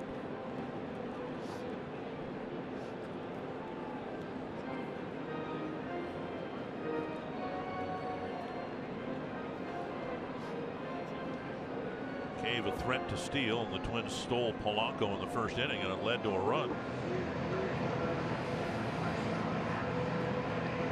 I was talking with Jason Castro a few days ago about, couldn't tell whether that ball hit in the dirt or not. Maybe it did. But Castro said every once in a while catchers will try to keep that ball in play, the ball that's in the dirt. And if the umpire doesn't catch it, then maybe the pitcher can use that to his benefit.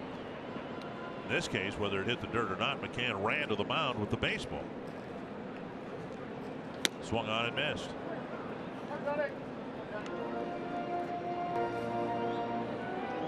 Tigers used a trip to the mound. They still have 5 left.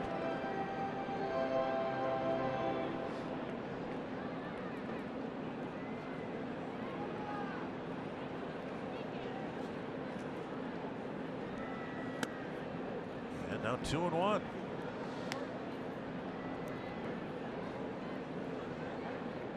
When Polanco stole second in the first inning, it was a very close play, just a matter of inches. Fingers just touching the bag right before the tag was applied. I would say Cave has a conservative lead here.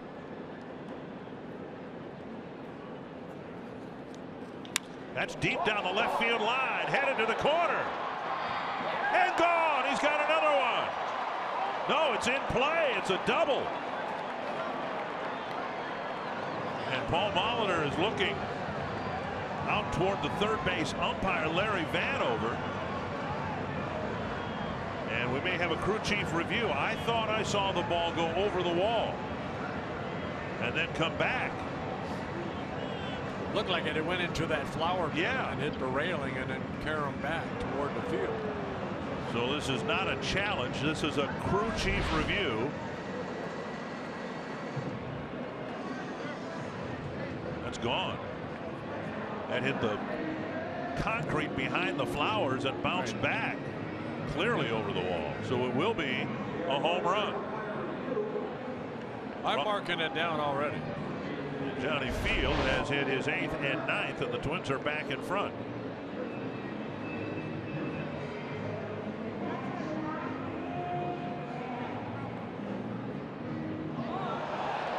Fans react as the man points to the spot on the concrete in front of the railing that he's standing by. And Boyd's given up 3 home runs, we believe here, 2 of them to Johnny Field. who I believe has only swung at 2 pitches in the ball game tonight. It's just nice to see a right-handed batter do some damage against the lefty. And it is a home run, and the Twins are back in front. I was impressed by that because it looked like an off-speed pitch and he just went and hooked. And again, you could see it ricochet off that cement and then back on the field. And just the reaction of the Tiger fan ought to be enough to let you know that was a home run.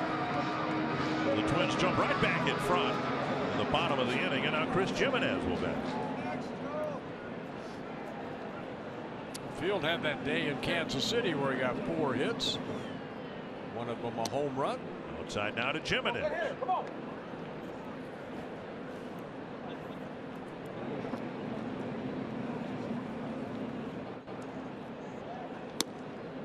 Two and 0. Well, Boyd, although his strike percentage much better than Odorizzi's, he hasn't been the strike throwing master of off speed stuff that we've normally seen from him. There's a strike.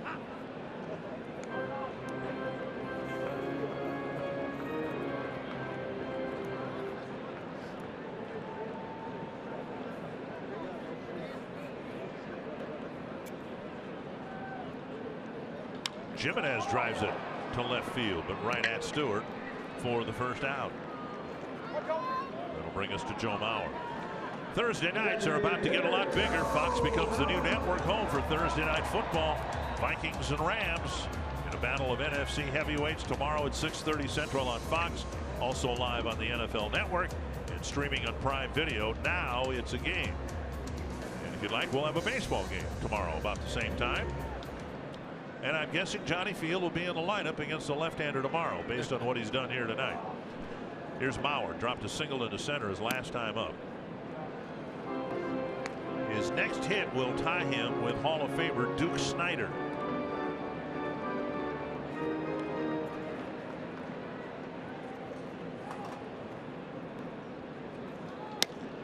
And a strike, 1-1.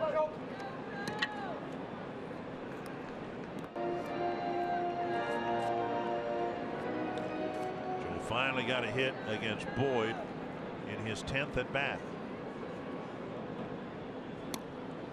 Inside 2-1.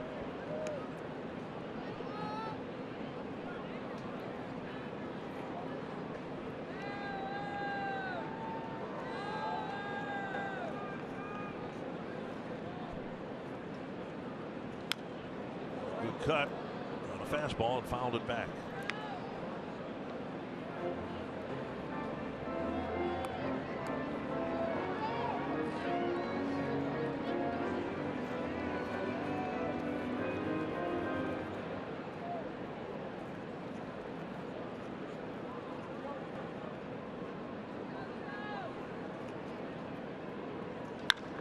Left field. Stewart makes a sliding catch. A nice play by Kristen Stewart for out number 2. Well, Joe hit it right on the button, but Stewart on that little sinks. Looked like it was sinking to Stewart. Comes in, makes a nice catch. Good concentration by Stewart. Watched it all the way into the glove.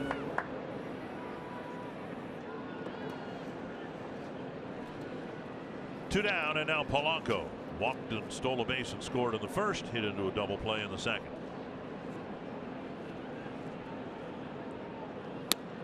Strike at the knees.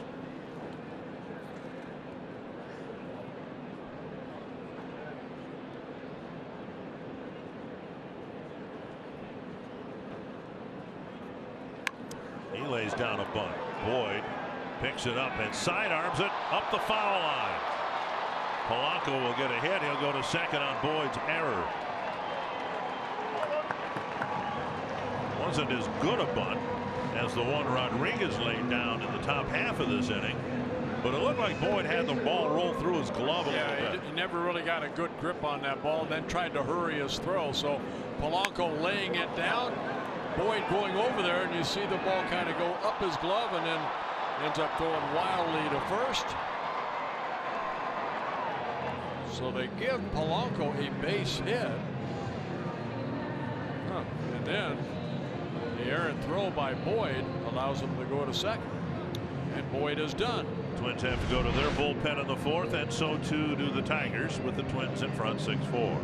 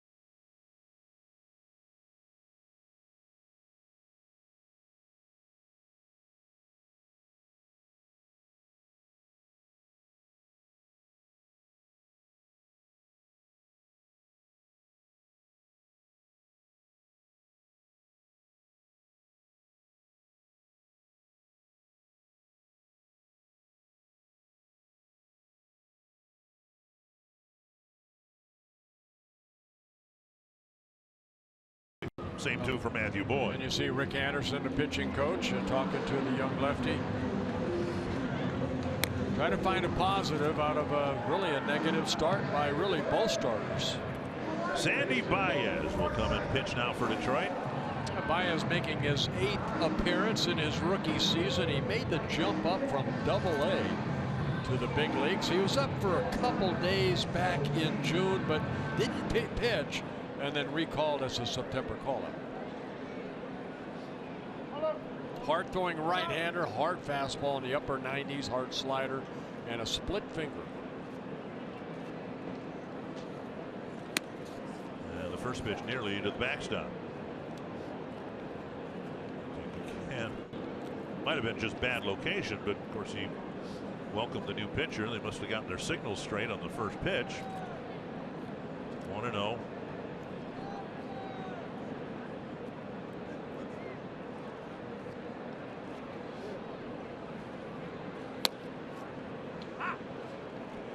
Tigers have 38 players here.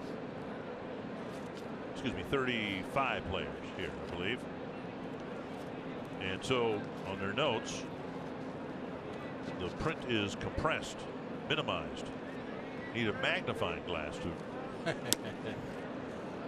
It's about the smallest print you've ever seen in press notes, haven't you?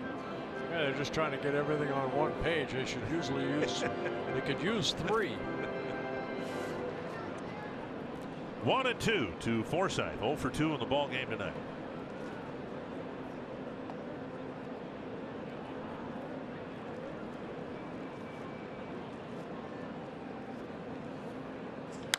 Fouled away. I think we're seeing Forsythe trying to, work the right side of the field. The foul balls have been down that way. His out was to right field. Good hitters do that when they're struggling. They try to work to the opposite field, to the pull side.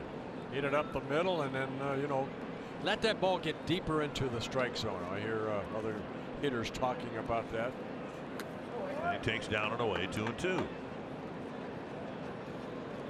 Track it a little bit longer. All that hitting, what they talk about. You didn't take their advice and do that when you swung a bat? I had no chance. No. Perfect foul. Well, how many hits did you get, you figure? Do you know offhand? Probably 50 something. All right, well, that's pretty good. I did okay. I was a 130 lifetime hitter, maybe a 140. Okay. And you can bunt. Got some doubles. drove in some runs. Won a ball game one time when I drove in 3 and I won 3-1. You remember that one? Well, you got a raise after that, I would hope. You drove in all the runs. I was very happy. That's the raise that I got. Couple of runs for the Twins. Johnny Field went deep again, and the Twins are back in front again, 6-4.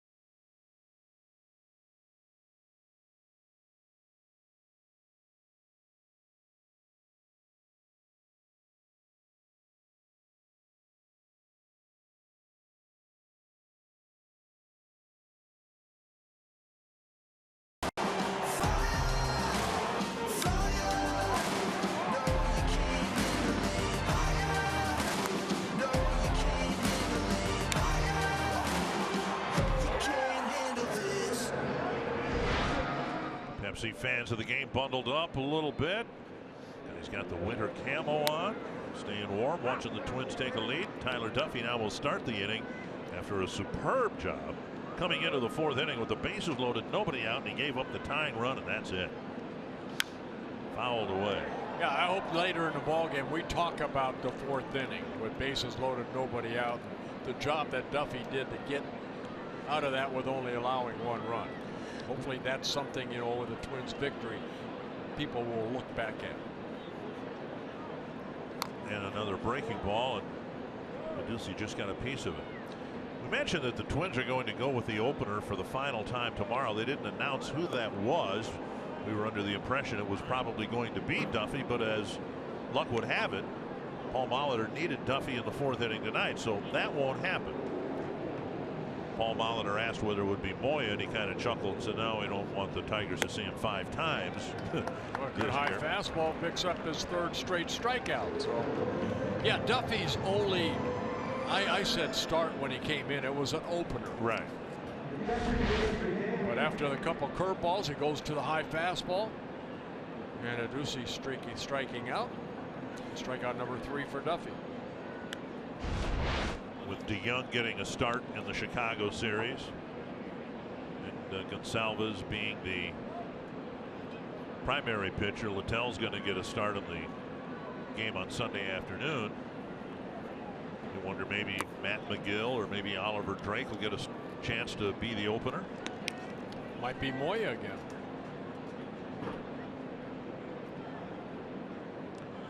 McCann singled in a run his last time up. I mean, was the Twins used 7 times this year? They've used the opener. Yeah. I think Moya, what, 5 times?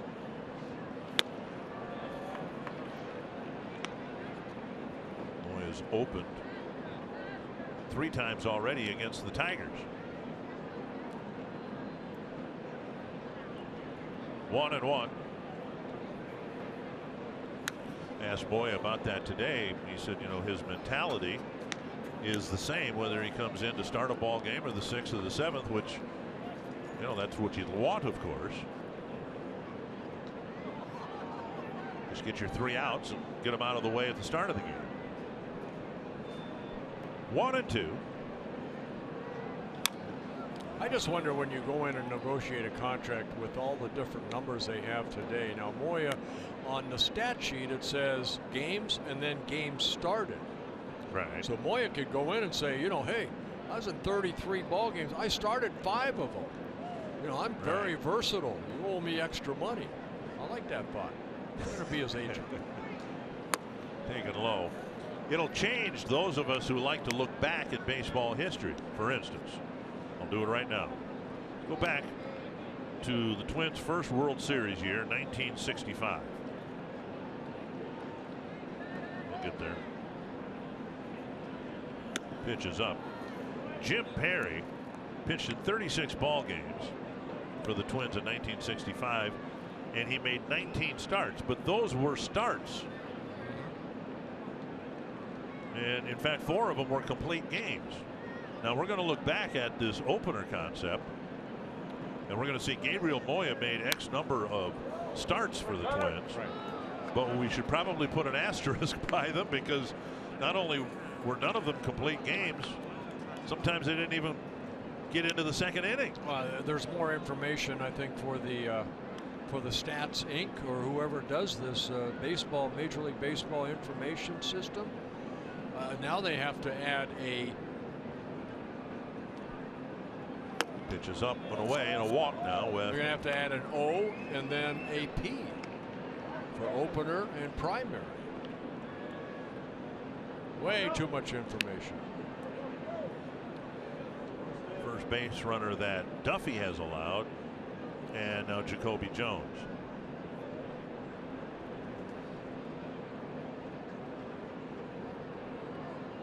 Jones called out on strikes in the second. Get a ground ball to Forsythe in the third.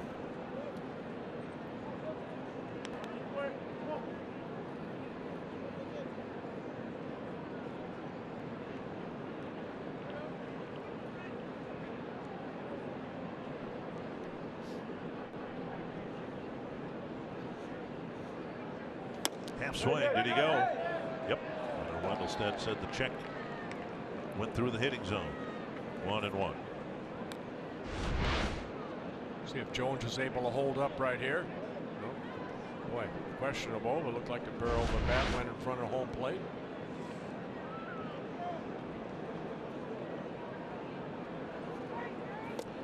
Missing inside, and now Duffy having a hard time throwing strikes. 1 ball has been put in play. He's pitching to his 6th batter. Stewart hit a deep fly ball to center to score the 4th Tiger run. 25 pitches, 17 strikes. Get back in the strike zone right here. Get a ground ball. That's to left. Field racing in, and he makes a tumbling catch in left field. Nice play by Johnny Field. Didn't make the dive head first that Stewart did, but that was a fine play for out number 2. Well, you know, talking to outfielders over the years, how they react is that ball looks like it's going to be hit a little bit further, but then the speed of Field helps him catch up to that. And replace your divot, young man. Goodness. Some pristine field here. Look at all that turf.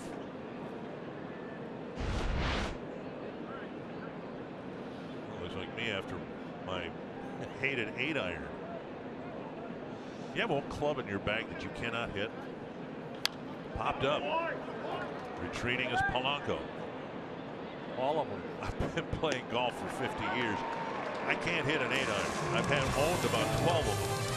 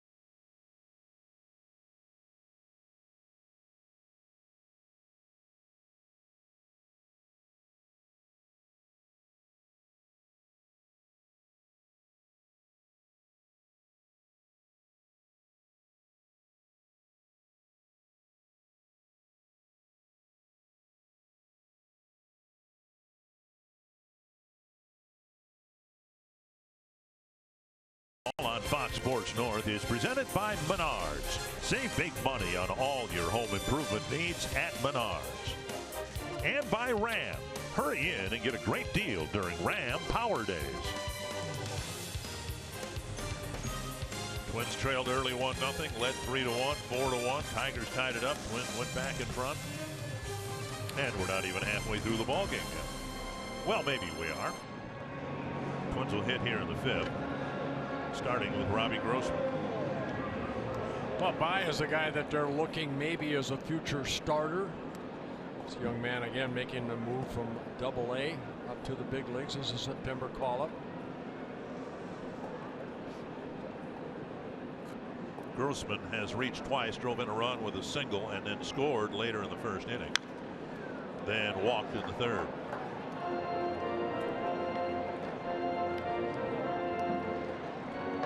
Grossman, then Austin and Astudillo, and we'll see how Austin fares swinging the bat. He had some hand pain during his 3rd inning at bat. Fouled away. 0-2. Good changeup right there. He fouled it over by Ron Gardenhire.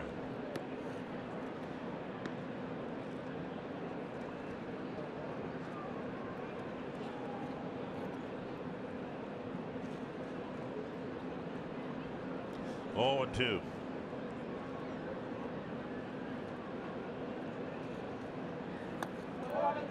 Can digs it out of the dirt. At least I thought it was in the dirt.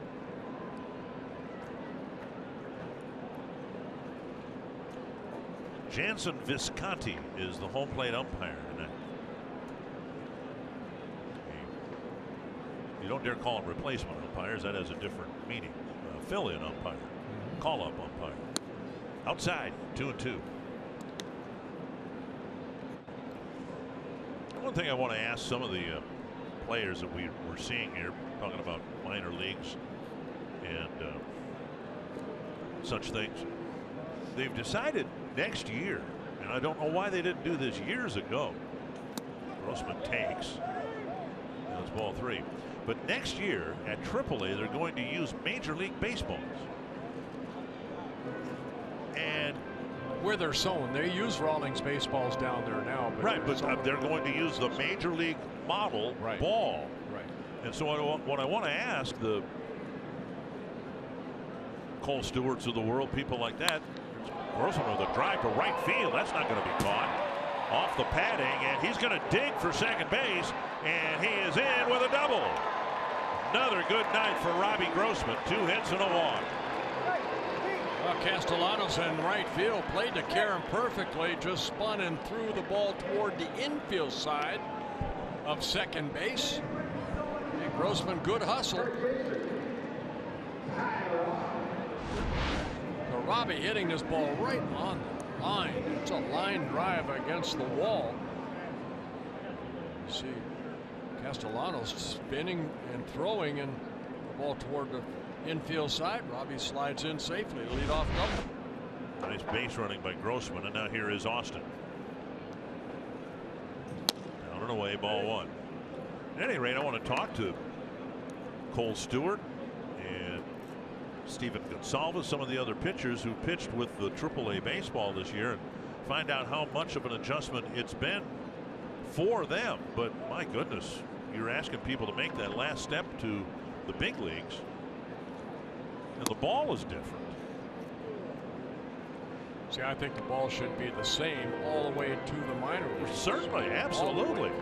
But you know why there would be a different baseball, and whether it's the seams or whatever, I'm going to do a full report, and I'll get back to our viewers here later on in this homestand. There's Cole Stewart.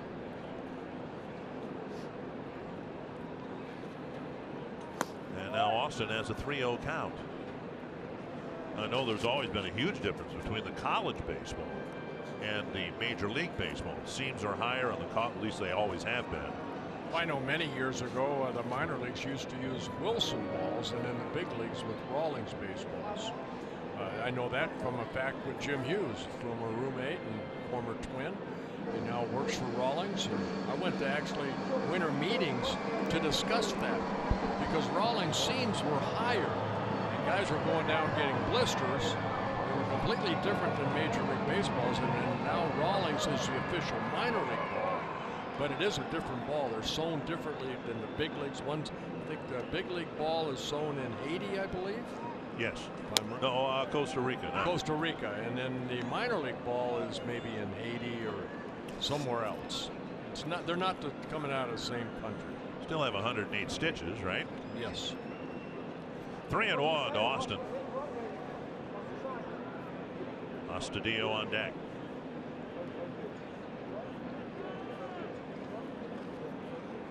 Now, one thing you can ask is the ball tighter? Is it sewn tighter here in the big leagues? This could be a joint project. You know, you could jump in on this too. But well, you're the one who wanted to go look for information. Well, but now you're feeding the question. You know, I mean, you want that information. Talk to him yourself. If you said you're going to go to the store, I'll say, you know, hey, can you pick me up a gallon of milk? I didn't know I had to go with you. Astudillo will hit with runners at first and second and nobody out. Anything else you want me to ask the player? No, just that. Okay. Astudillo with a single his first time up, and he popped up to second in the third. Runners go, and the pitch line. They've got a double play. Maybe. And no safe. The ball was dropped by Goodrum. The worst possible thing that could have happened with the runners going. Astudillo hit a line drive right to Lugo. Boy, you look back at that and you wonder if Lugo had just thrown to first, and then because Grossman was already at third base. But take a look right here. Both runners going. And he thought for a second, and then the throw low to Goodrum. We almost saw a triple play. Well, Twins are going to challenge the play at second. Hold on, folks. Pretty close. Rodriguez. If Goodrum had held on to the ball, it would have been out at first, but the Twins are challenging the out at second base. The batter's out, and that's about all we know right now. It sure looked like Rodriguez had his foot well off the second base bag. Where does the ball go in his glove? He's a foot and a half off the bag. So what could have been a triple play very likely will only be one out. But where does that put Robbie Grossman? Back at second base, I would think. He was not forced off second base. Even though he had reached third base, he was called out. Right. So they have to create their own justice here and put Grossman at second base. No, you can't give him third base. No, I don't believe. No. They will, even though he never retreated back towards second base. In fact, I think he rounded third. Did he ever get to third? I think he did. I'm pretty sure he rounded it. But if he touched home, let's just give him a run. So they'll be looking perhaps not just at Rodriguez's foot well off the bag, but where Grossman was. But they can't do anything other than award him back to second base. Right. That makes sense. We'll find out. And the challenge the Twins tried last night was unsuccessful on the slide at second base. And within that, the bottom line is the challenge never should have been made anyway, because Logan Forsythe never executed or even tried to execute a throw to first base. So by rule, the umpires didn't need to talk to New York at all.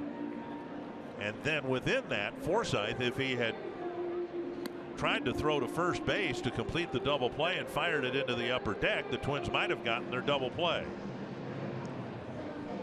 This is a little more complicated matter here. Grossman standing in the on deck circle.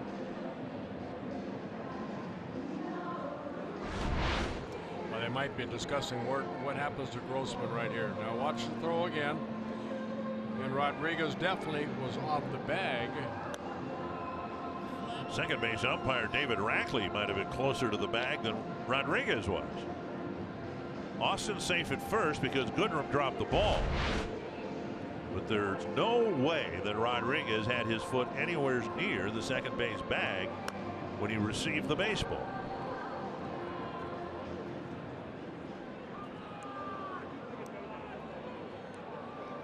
And, you know, Grossman came off the field because he was ruled out by the second base umpire. Yeah, this should have been resolved a minute ago.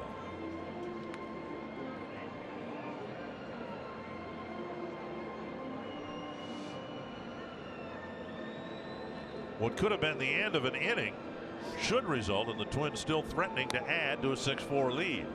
Yeah, gentleman on your left, as far as the umpire, that's Larry Vanover. He is the crew chief.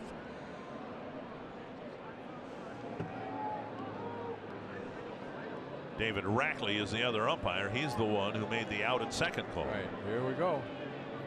What happens? Safe at second. Grossman will go back to second base. And now Ron Gardenhire is going to be a little agitated.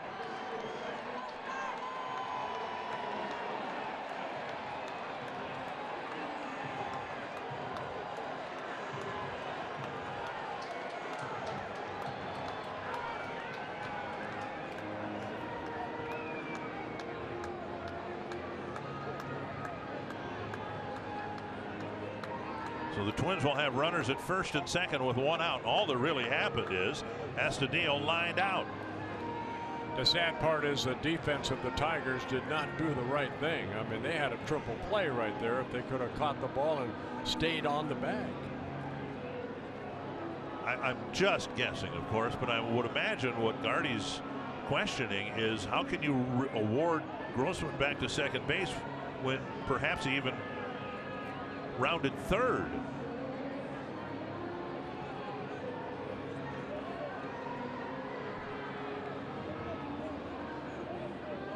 I don't know what the protest or what the argument is here. Goodrum dropped the ball, so you have to give Austin back first base, right? Right. There was never a force at second. I think Gardy's talking about the placement of Grossman.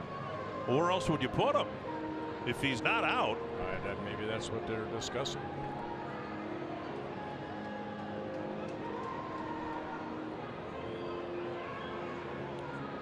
Well, what Gardy's, I guess, saying, if you've been reading his lips, that he left the field. Well, yeah, he was called out by the umpire. Right.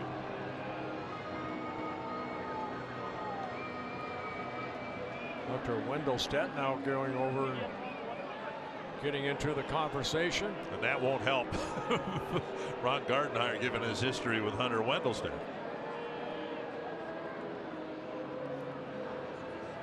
It's something I'm guessing Hunter Wendelstedt would even chuckle about, or has. They had an argument years ago when Gardy was managing the Twins. And Hunter said, "You should come to my umpiring school." And Gardy said, "I'll go if you go." and that led to one of his several ejections. I understand that Gardy's not happy with the outcome of the play here, but I don't know what the umpires could do. And again, Gardy's, you know, just trying to, whatever his opinion was, but it's Rodriguez not catching the ball right in the bag. It's Goodrum not catching the low throw. So, but there was no other place to put Grossman. Right. If he's not out, he's safe someplace, and that has to be second base. I said he touched home plate. Give him a run. Give him a run. Well, Astudillo lines out to Lugo, and it could have been, probably should have been, a triple play, but instead the Twins still have a threat. First and second, one down for Jake Cave. Yeah, it's a line out by Astudillo, but it is also an error on Rodriguez. Okay, that's good. By his mishap at second base, not being on the bag. Strike one to Cave, pulled a single to right field and scored in front of Fields' second home run of the night.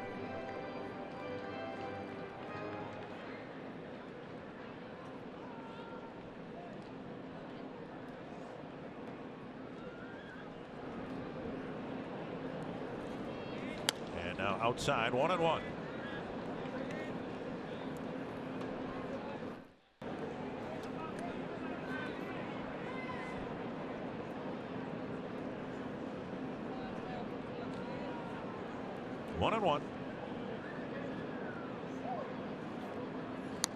And now 2-1. Change up missing low. Baez, 24 years old, out of the Dominican Republic, signed by the Tigers in 2011.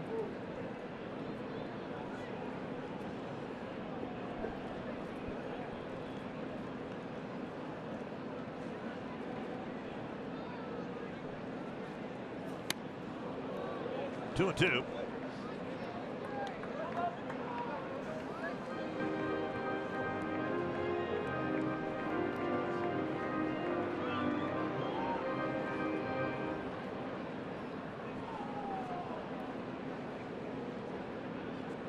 Grossman still at second after his leadoff double. Austin at first after his 5-pitch walk. Dribbled toward third and just foul. Right off the end of the bat.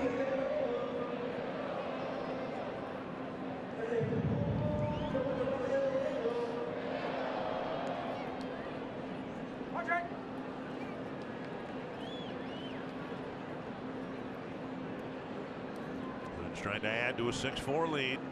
25th pitch coming up for Baez. He got the last out of the 4th inning.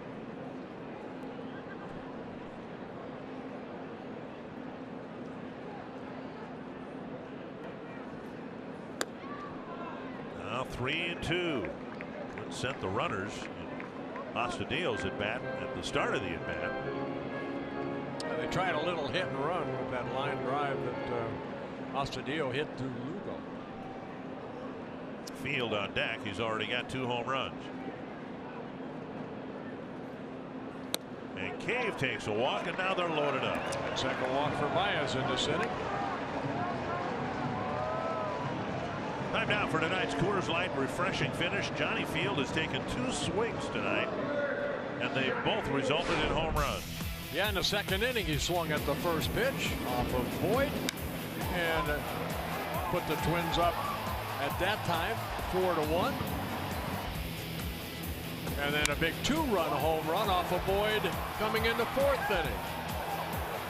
And that gave the Twins a 5-3 lead. Excuse me, 6-2. Gave a 2-run lead where we're at. 6-4. There's a decided lack of tempo to this game. Yes, there is. Looking at the clock, it's 2.5 hours, and here we are in the 5th inning. And this won't help. Rick Anderson to the mound.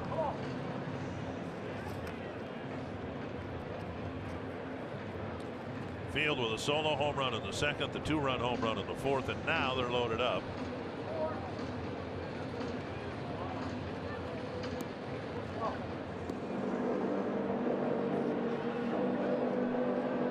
Next man up, Zach Reininger. Or so it appears.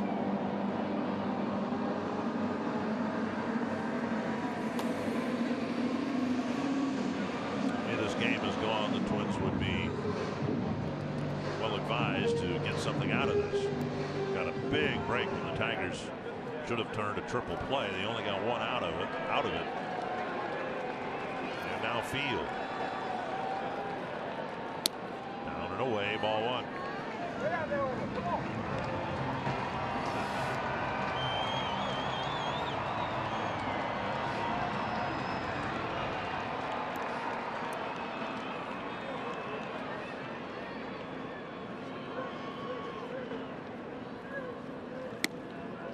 Two and 0.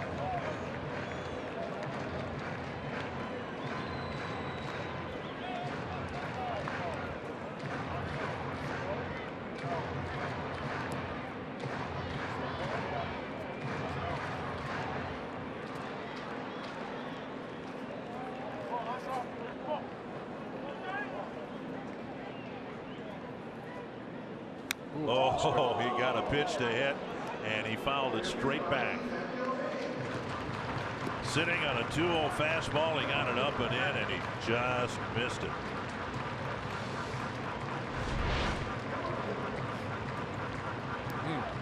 swing. Just cut underneath it.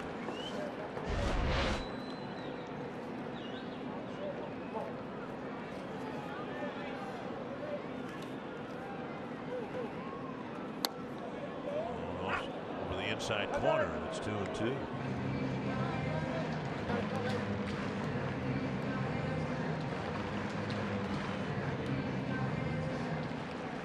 Grossman's at third. He was almost doubled off. Austin's at second. He was almost tripled off. Cave has walked, only one out.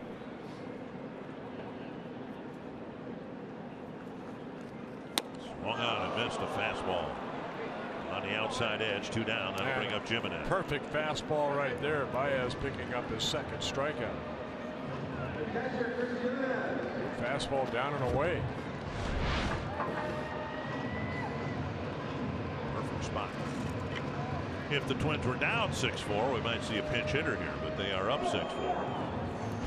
And Jimenez will have a chance. He struck out and hit a fly ball to left.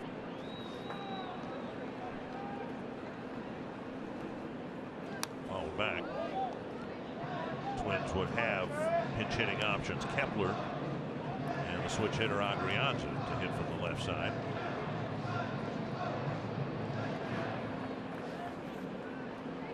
Garver is cleared concussion protocol, but he won't catch anymore.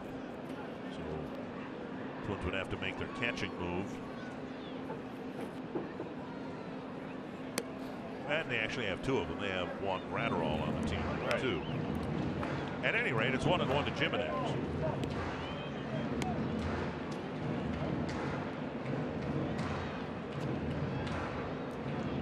Brewers beat the Cardinals 2-1. Cubs are in front of the Pirates 6-2.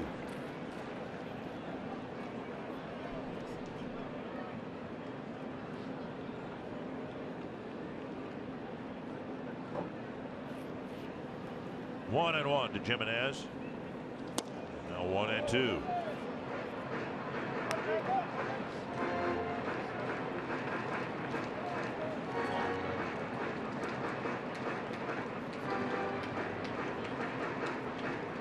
Been an interesting inning. Baez, despite it all, is trying to put up a 0.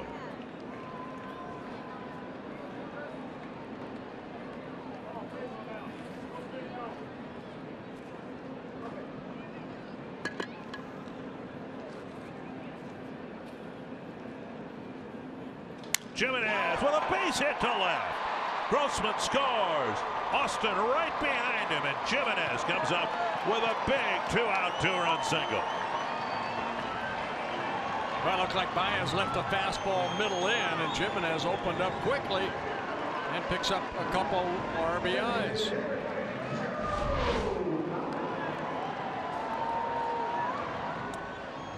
Got it around the trademark. They'll push it into left field. And that'll be the end of the night for Baez. 2 more for the Twins so far in the 5th. Pitching change for the Tigers with Ron Gardenhire walking out to the mound. Reininger will pitch next to Joe Mauer, with the Twins now up by 4.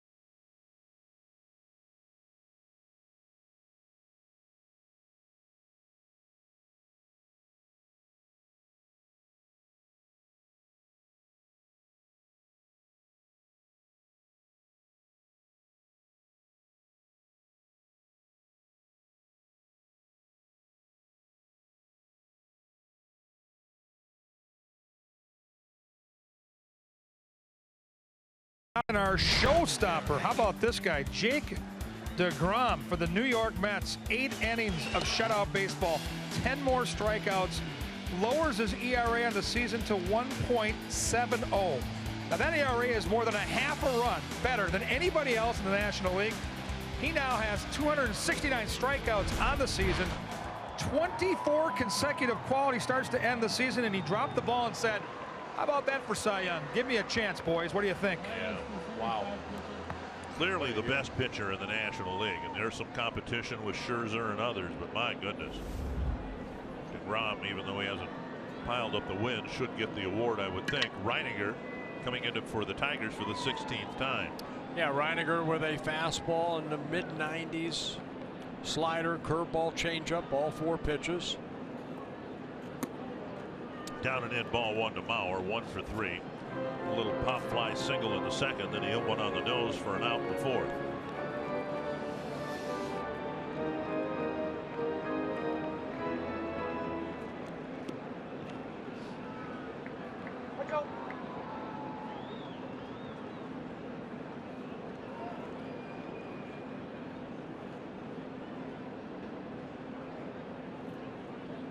That's to the backstop. 2 runners will move up. The ball rolled off the field, meaning just 1 base. Should be a wild pitch charged to Reininger. That'll be his 2nd of the year. Both runners advance. And then off the shin of Jansen Visconti.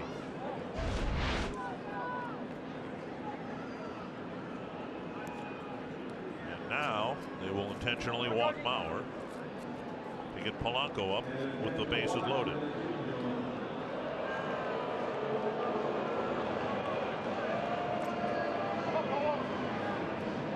Two runs in, bases loaded. And now Polanco, who has a walk and a single, a stolen base and a run scored.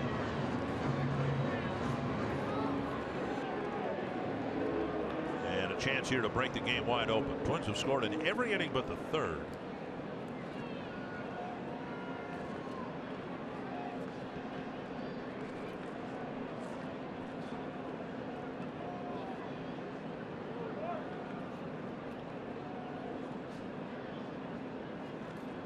Breaking ball down and in. Been a tough night for McCann. Boyd wasn't his best. Baez has pretty much been all over the place since he came in.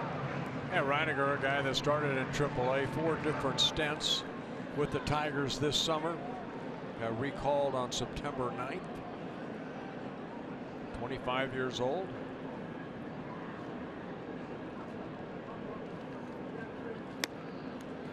Strike on the outside corner. 1-1.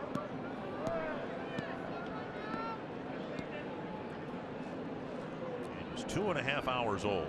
We're at the bottom of the 5th. It hasn't rained a drop.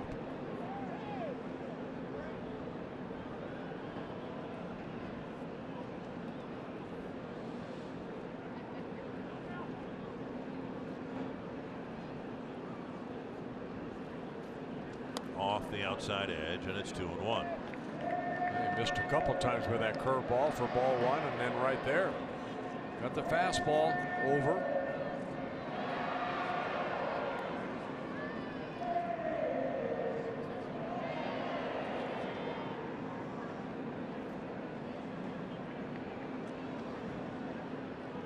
Two and 1 to Polanco. 3-1. You mentioned it about 45 minutes ago that we should look back on the top of the 4th inning. Well, what Tyler Duffy did, and the situation was more dire than this. Right. Bases were loaded, nobody out, and the Tigers just got 1 run. And even though there are 2 outs, it doesn't look like this inning might end anytime soon. Reininger's come in. He's thrown 6 pitches, only 1 strike.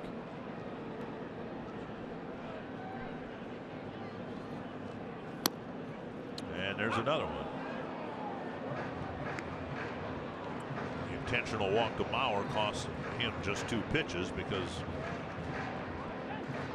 Tigers just motioned him to first base. We got to look fastball right here. He tried a couple breaking balls, Reininger did, but they weren't even close. So Runners will get that extra jump here. 3-2, 2 outs.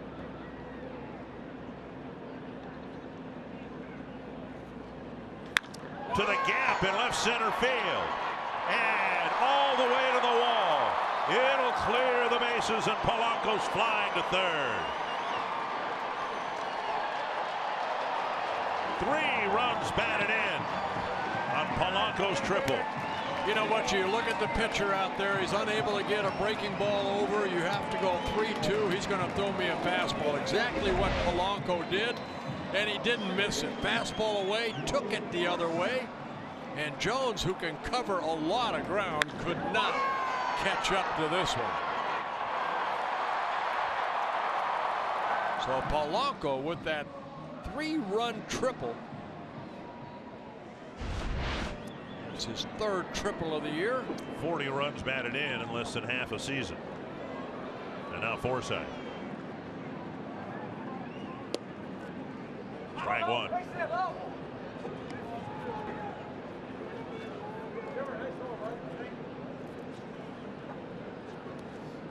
Eleven to 4.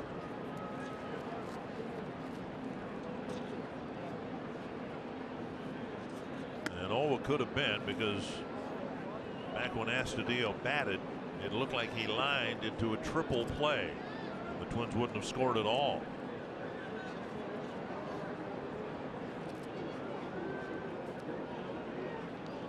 Ninth man to bat is Forsythe. 1-1. 2-1.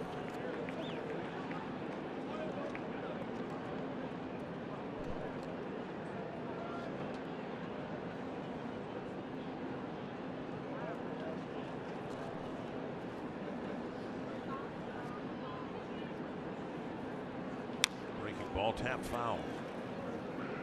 Just looking back at it, I remember Polanco, it's his 2nd time with bases loaded that he got, I thought, a triple, but it was in Oakland on Friday, last Friday.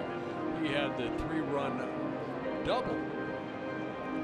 You know, Right, the A's won 7-6. So a couple good at-bats with bases loaded for Polanco. Good at bat for Jimenez to set things up. Yes, for sure. Bounce to third. Candelario has it. A weird bottom of the 5th. The Twins will take it. They put 5 up on the board.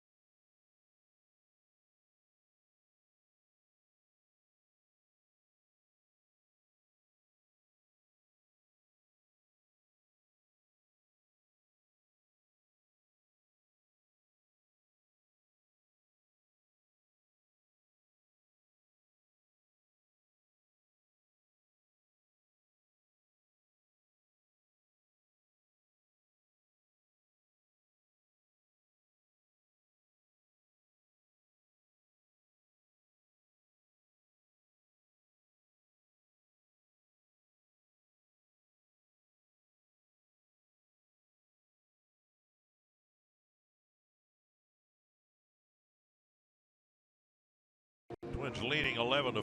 Polanco with a 3-run triple. In our lottery winner circle from the Minnesota lottery, we're celebrating the Johnsons' 47th wedding anniversary. They won $100 in scratch tickets for being featured.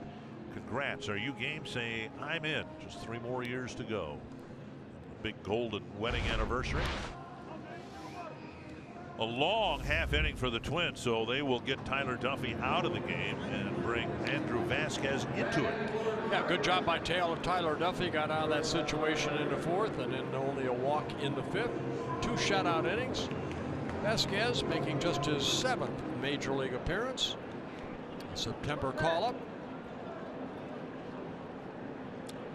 And the Tigers are about to see a lot of sliders. And he starts them with a fastball.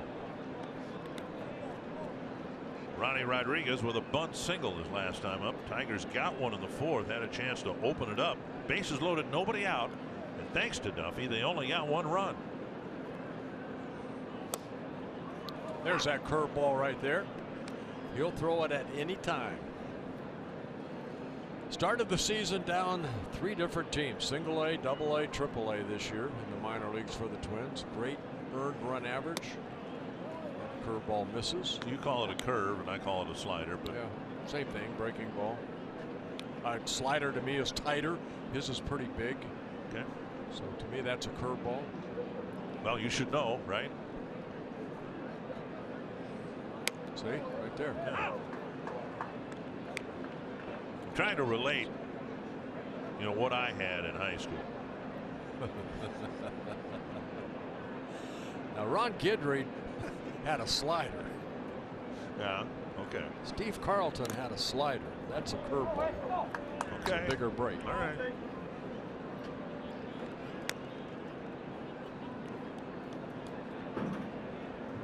Had quite a reputation, in the Mid-State Conference.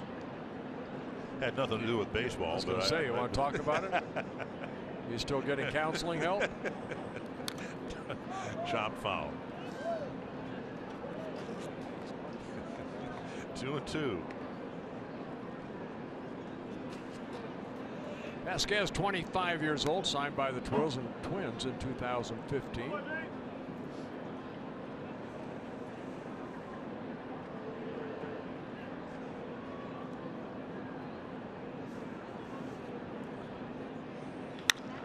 Fastball tapped to short. Polanco has an easy play.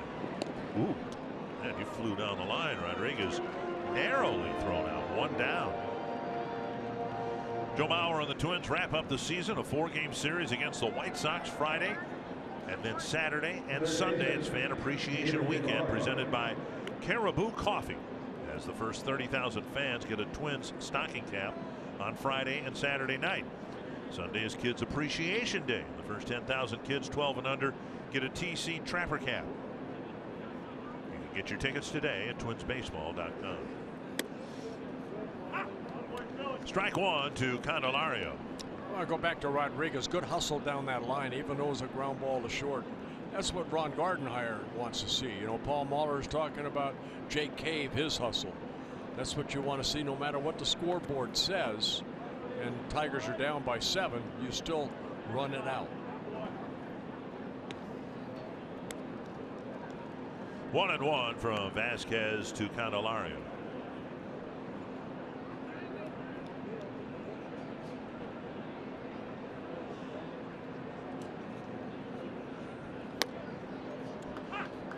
Back on the strike zone with a slur. I'll go with that. Okay.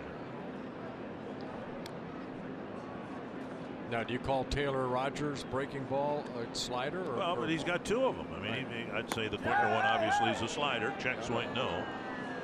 But then he's got the slower one, which he's had for years.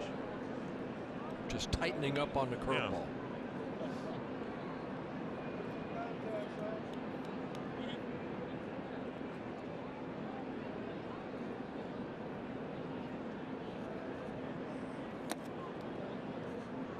Like that. Whatever it is, it's 82 miles per hour. Every one of them is like 82. Yeah.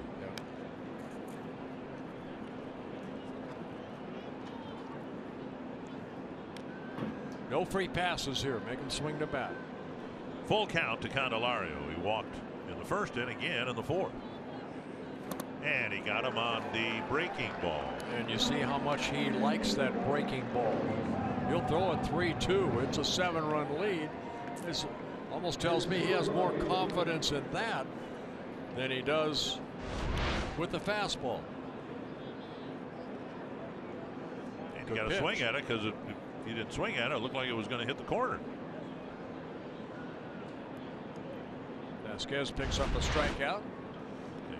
Well, when I go to fantasy camp, let me finish. When I go to the AAA pitchers, including Vasquez, and ask him about the change on the ball, I will ask Vasquez what he calls that pitch. You'll agree with me if I use the term that he uses. He's the guy who threw it, so he ought to be able to name it. I agree. If he calls it Uncle Fester, then we'll call it Uncle Fester. Not Uncle Charlie. 2 strikes to Christian Stewart.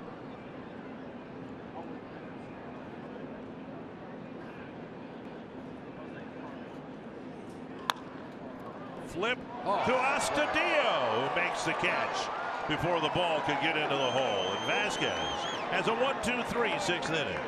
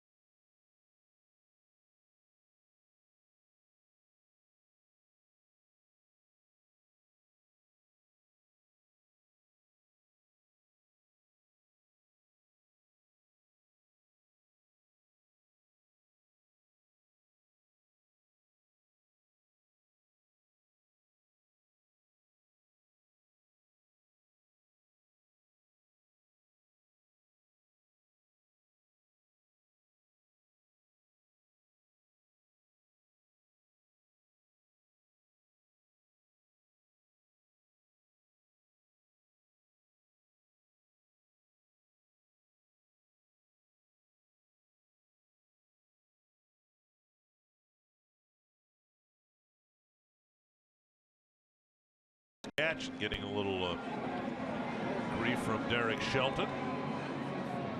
Sanford Health injury report involving DeDe Gregorius, torn cartilage in his right wrist, scoring the winning run on Aaron Hicks's double. Now he's been cleared for baseball activities, and they hope that he will be ready to go come the wild card game. Right. Yankees are trying to come back against Tampa Bay. Rays had a big lead. Now it's 8-6, top of the 9th, with a couple of men aboard. Oakland and Seattle are tied. Oakland had the early lead there. That loss last night for Oakland just is really crippling for them to get the home field advantage, because the Yankees own the tiebreaker. Grossman had a leadoff double in the 5th, part of a really good night at the plate. RBI single with 2 outs in the 1st and a run scored. A walk in the 3rd, and then a leadoff double that led to a 5-run inning.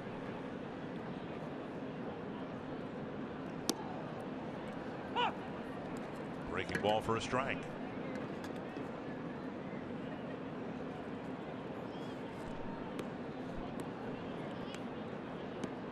So many injuries, and some to key players on key teams. Concern about Aaron Hicks and his hamstring too, because the Yankees are very much right-handed. If they don't have any injuries, further injuries, you know, you've got Stanton and Judge and Sanchez, guys like that. They're very right-handed, and they lost potentially Gregorius, switch hitter Aaron Hicks. You know, they needed some presence from the left side of the plate. Both those guys got dinged up. 2-2 to Grossman. After tomorrow night's game, the White Sox come to town here, and they won't have Jose Abreu for them. He's been shut down for the year.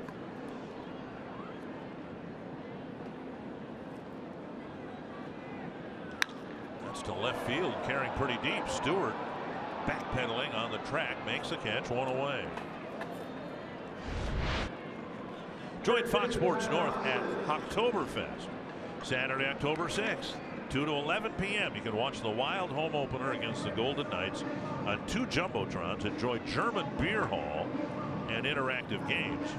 Face painting, photos with Nordy, and stop by the Fox Sports North booth for giveaways and more. For more details, visit foxsportsnorth.com/events.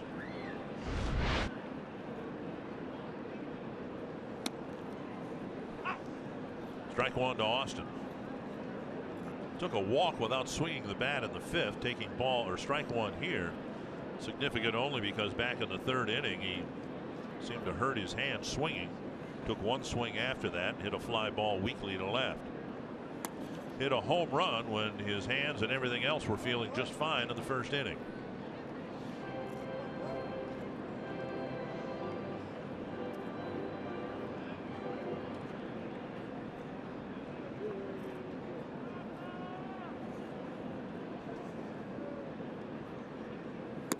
Mentioned the Brewers beat the Cardinals, going to the playoffs for the first time since 2011 with the 2-1 win over St. Louis.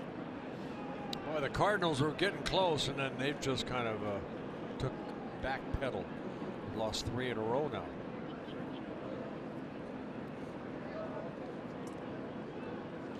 Fouled back, and Austin with a full swing, apparently pain-free.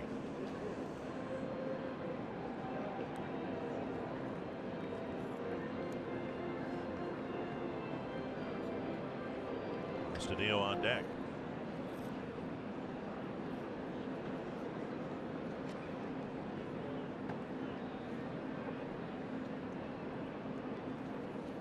Slow breaking ball inside 3-2.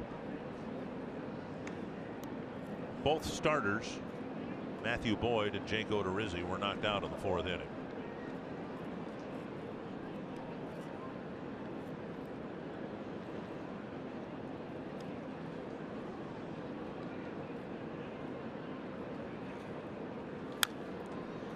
Swing, no wincing or reaction from Austin, so we'll forget about it until it resurfaces.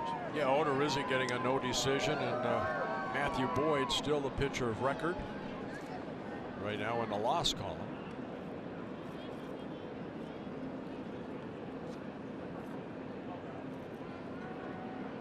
Addison Reed getting loose. Looks like he already is loose. Got a full boat there with all those relievers. Bit of a wince there on strike 3. That fastball down right there. 2 down. Picking up his first strikeout. And now Astudillo.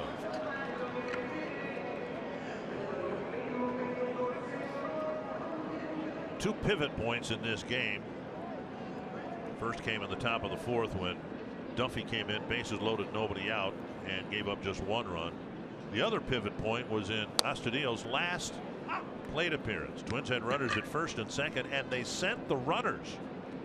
And Astudillo hit a line drive to Lugo, who flipped to Rodriguez for the called and apparent 2nd out, and then they threw to 1st, and Goodrum dropped the throw in what could have been a triple play.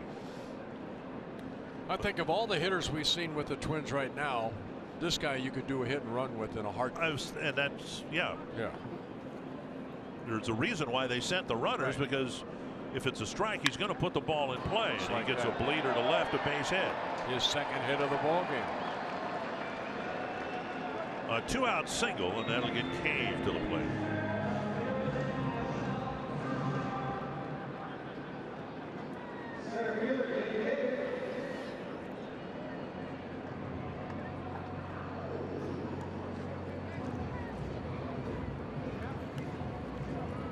Cave has scored a couple of runs, reaching in a single and a walk.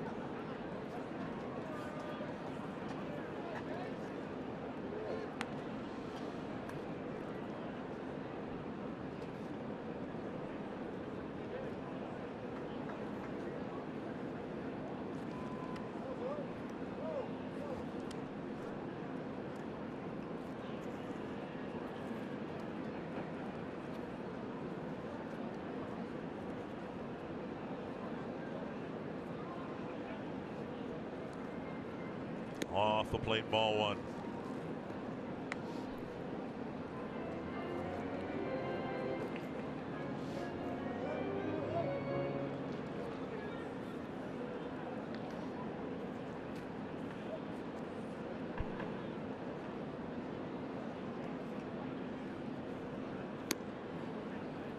And now 2-0. 31 pitches and 16 strikes for Reininger.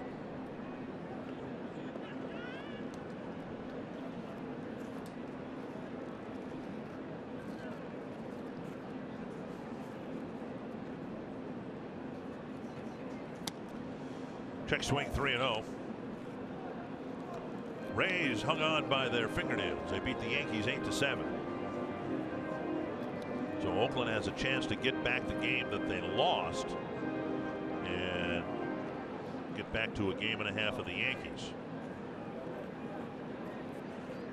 A's have tomorrow off. The Yankees play in St. Petersburg one more time.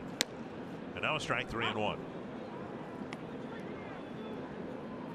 So even if Oakland wins tonight and the Yankees lose tomorrow, it's a game, but it really is 2 games because the Yankees have the tiebreaker. They don't play an extra game for home field advantage. They go through the tiebreakers. Now the 2 teams split the 6 games. It's just that the Yankees have a better divisional record. Right. And that's the second tiebreaker, which is a heck of a lot fairer system than flipping a coin, which is what sent the Twins to Chicago for the game 163 in 2009. 2008. 3-2 to Cave. Check swing, ball 4. And now Johnny Field will come to the plate with a chance to get yet another home run.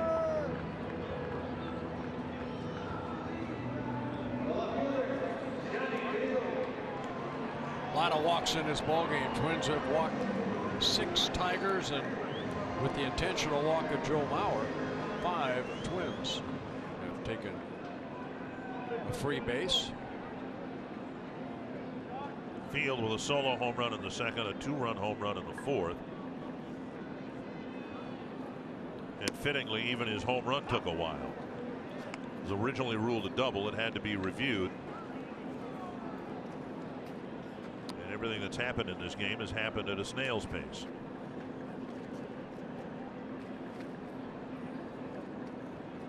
One strike to Field.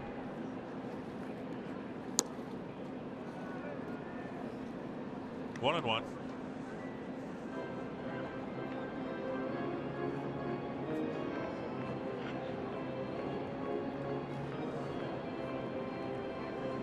He hit a ball off the concrete below the railing there, and it bounced back on the field.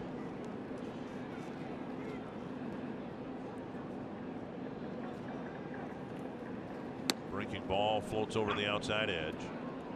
1-2.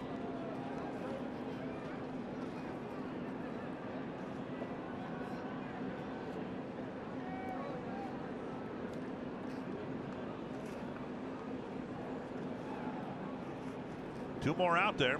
Twins leading by 7. And Field swings and misses, leaves 2 aboard, and the Twins strand a couple they hope they won't need.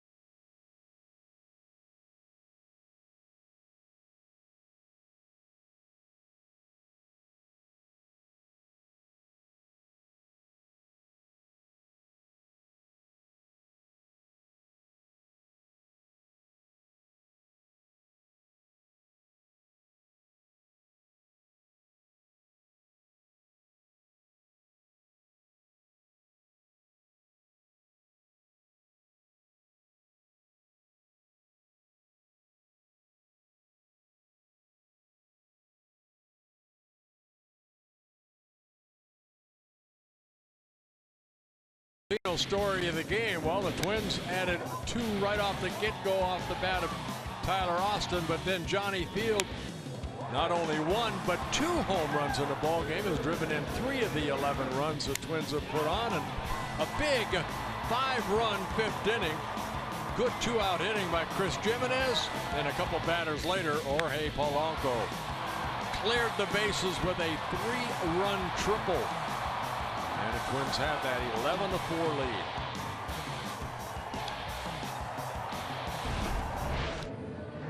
And Johnny Field has hit a couple of home runs. Twins have hit 3 tonight. 11-4 the score. We go to the 7th inning, and Addison Reed will pitch next for the Twins.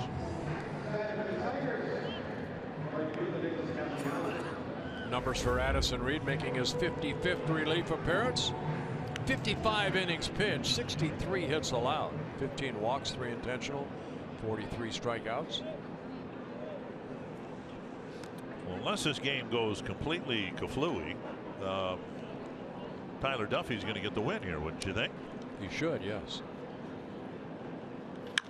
Drilled to center. Cave is over, and a diving catch by Jay Cave. That ball hit right on the button, and it sank at the end. And Cave went down and got it. And again, we have the great advantage right here of watching Cave. Right here, you can see him well right there. Watch. He's shading him a little bit to right center, and his hustle and concentration, open glove, nice diving catch by Cave.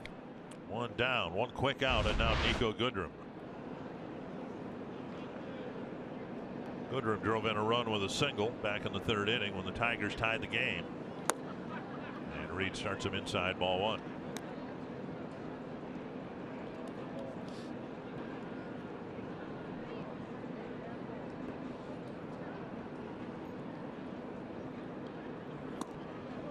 Missing outside 2-0. Reed missed a few days with the team. Got home just in time after the last game in Detroit to be there for the birth of the new baby.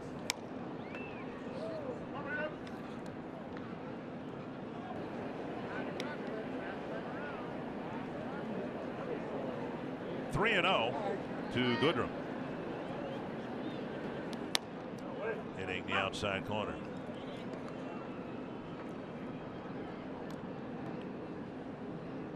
Reed basically fastball slider.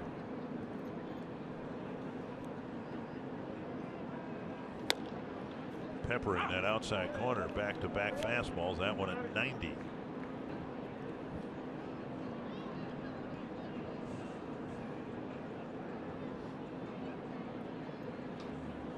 Jimenez sets up inside, and a breaking ball gets him. Came back from 3-0. Yeah, good slider down and in. So Reed picking up a strikeout.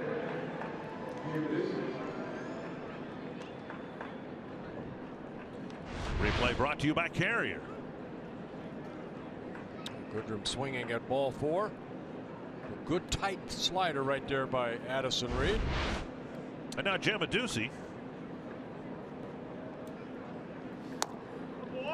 And again on the outside corner of the fastball. When you could do that, what he did toward the end of the Goodrum at bat and paint the corner again to Adducci.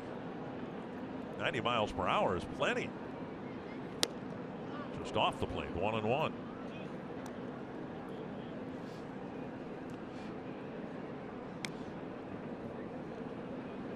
Yeah, Reed, a guy that came up with the White Sox. He became their closer back in 2012. It's doinked down the line, but foul, about a foot. 1-2.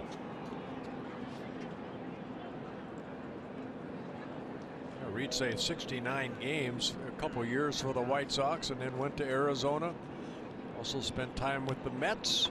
And then last year started with the Mets, ended with the Boston Red Sox. Twins as a free agent, signed him to a 2-year contract. So he's under contract for next year.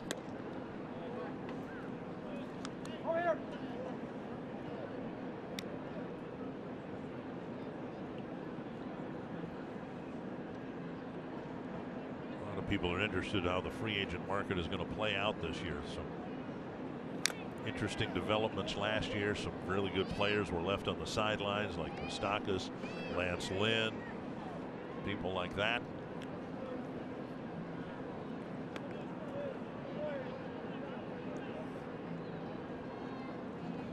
Jimenez signed by the Cubs in their hopes of getting a full season out of Yu Darvish. Dribbled to the right side. There's nobody at the bag. Austin and Reed got confused. Reed right there, his role right there, he knew he could not get it. He's got to go to the bag right there, and he knows he made a mistake. He kept chasing that ball, and he was not going to get there, so you have to go to first base. Kind of a swinging bunt right here. You see Reed right there. See the left that he took. So Ducey picking up a base hit, his first.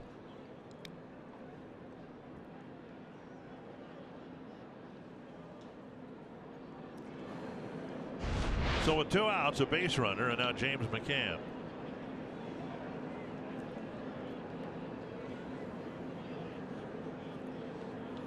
Fouled away, a strike.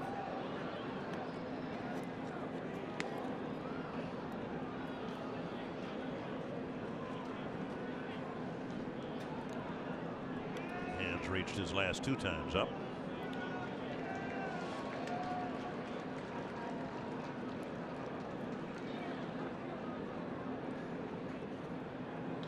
Pulled foul. Did something today. Still one of those guys that likes to look through the box scores, and I did it in the context of appreciating what Joe Mauer did years ago. 3 batting titles, hit .365. Go ahead the next time in your newspaper or online, look at the box scores and look at what major league catchers are hitting these days. And there are a few exceptions. Wilson Ramos is having a really good year offensively. But the Matt Wieters of the world, the Salvador Perez's, they're hitting in the 230s. This guy's hitting in the 2-teens. And it wasn't that long ago. It was just 9 years ago. The Twins had a catcher, won the MVP and a batting title with an average of .365. Pretty impressive. My goodness. 1-2.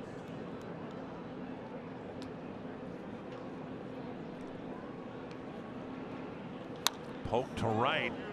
Grossman will play it on a hop, a base hit. Runners at first and third with 2 down. Now Reed's got to deal with some men on base with a couple of base hits. Scratch hits, albeit. Follow the postseason on MLB.tv for $25.99. You can watch every out-of-market regular season game, plus get a free subscription to MLB At Bat Premium. Blackout, other restrictions apply. Visit MLB.tv and take advantage of this limited time offer. Well, it's one thing you don't see in a box score when you look at box scores. Was it a little blooper like McCann did right there, or was it a line drive? If you ask McCann, I got a couple hits, or both line drive hits. Somebody says, well, were they line drive hits? And he can say, none of your business. Yeah. I got hits. Swung on and missed. Reed was on the verge of having a quick inning, but now the scratch infield hit and a little punch to right. There's only been one 1-2-3 inning. That was last inning. Vasquez put up a 1-2-3 inning. 1-1.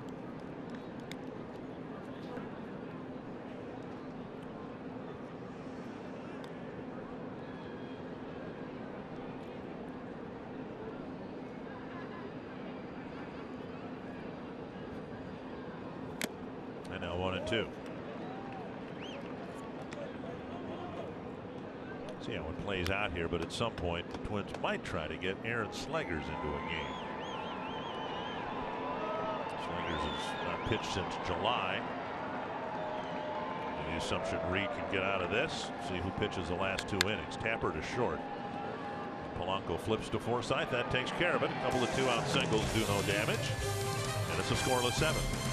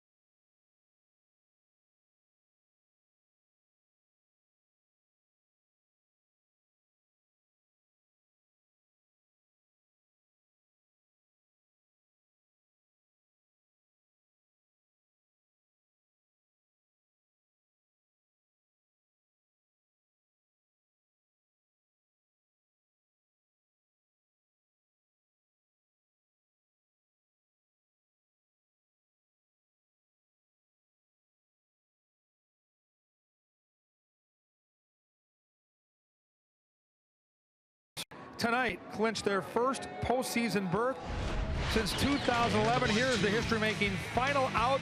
The sweep in St. Louis is complete, and the celebration was on. Both RBIs for Travis Shaw. That win brought the champagne and brought them into a tie with the Cubs, who had a big lead. And that big lead is gone. It was 6-2 in the 8th. It was 6-4 in the 9th. It's now 6-6. So if the Cubs lose, the Brewers could take over first place in the NL Central. Congratulations either way, guys, to the Milwaukee Brewers.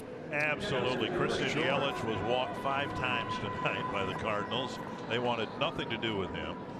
And the Brewers have an off day tomorrow. So celebrate, guys. Should they, whether the Cubs end up losing that ball game or not, they will be celebrating, as they should.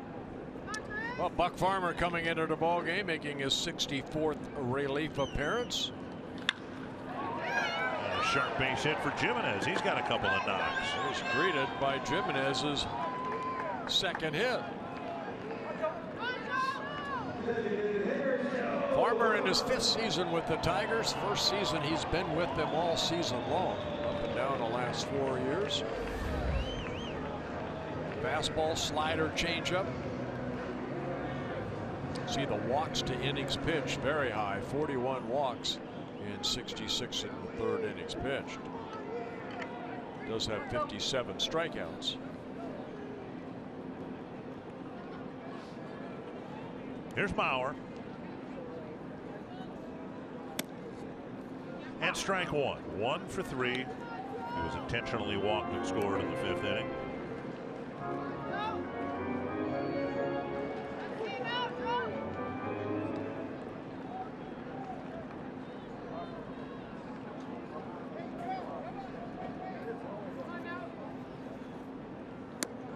Taken low, and it's 1-1.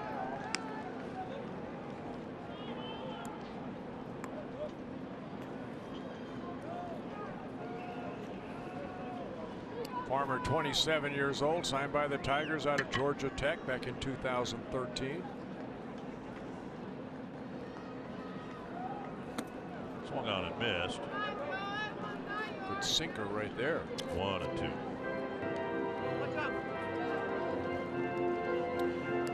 The Tigers will go to Milwaukee after tomorrow's game to play the Brewers in a 3-game series, and games that obviously will have great importance in the National League playoff picture.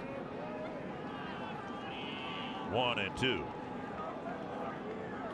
Fouled away.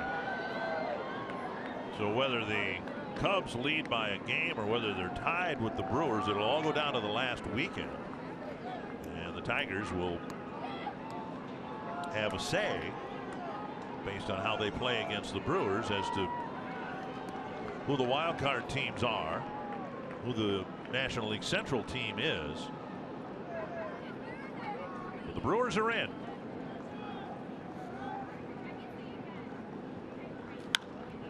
Lifted foul and out of play.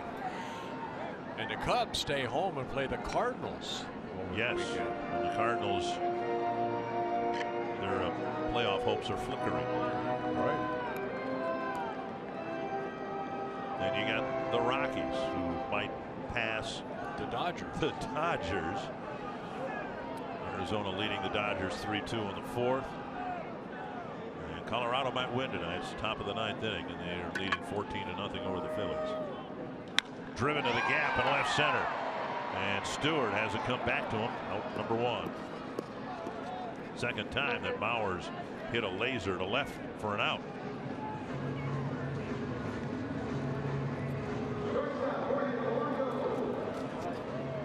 And now Polanco, 2 hits, a walk, 3 runs batted in, a run scored, and a stolen base. All in all, pretty good night's work.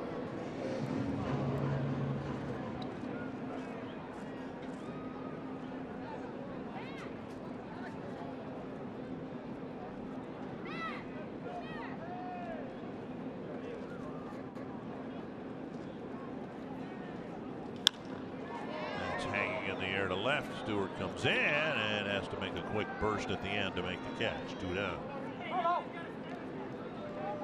Join Fox Sports North as we inspire girls to be healthy and confident at the Alaris Mortgage Girls on the Run Twin Cities Fall 5K, Saturday, November 10th at Mall of America. To register or volunteer, visit www.gotrtwincities.org/5K.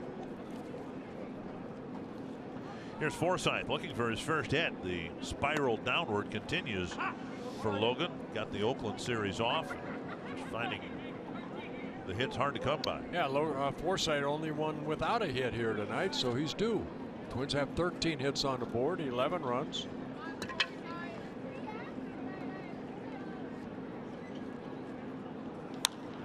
And line to Goodrum, who makes the catch, and that's an 0 for 5 night for Forsythe, and we head to the 8th.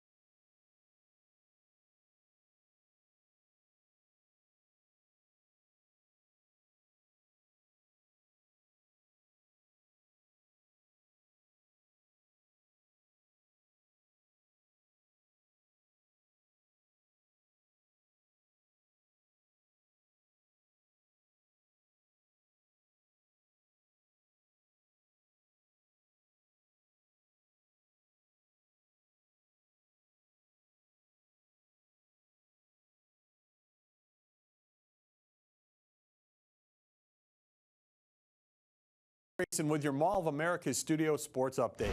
The Major League Baseball regular season is winding down, and so are regular season series. That's the case on Thursday.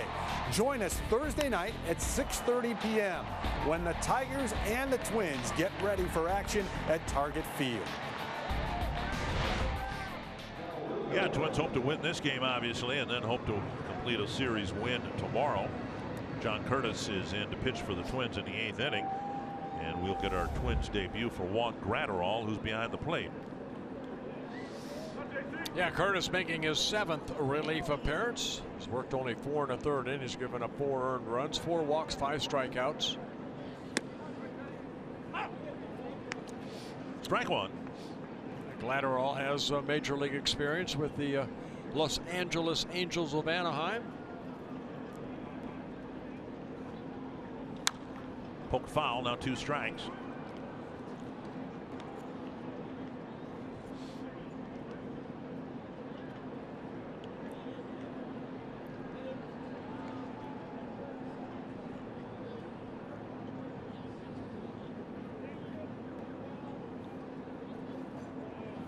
Fastball low.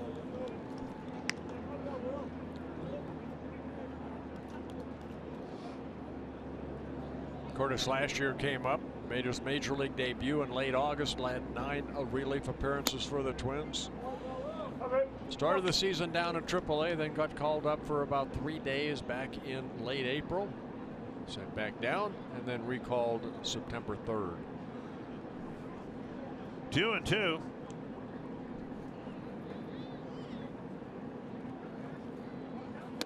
Breaking ball got him. Brought it over the inside corner for a called 3rd strike. Started inside and caught the corner. So Curtis picks up a strikeout.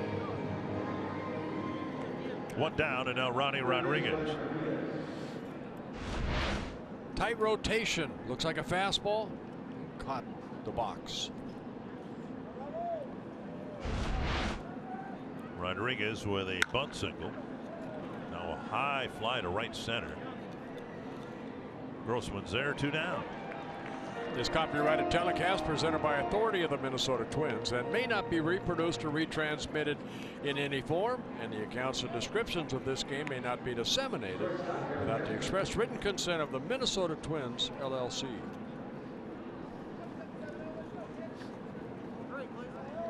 And we have a pinch hitter, Harold Castro, hitting for Candelario.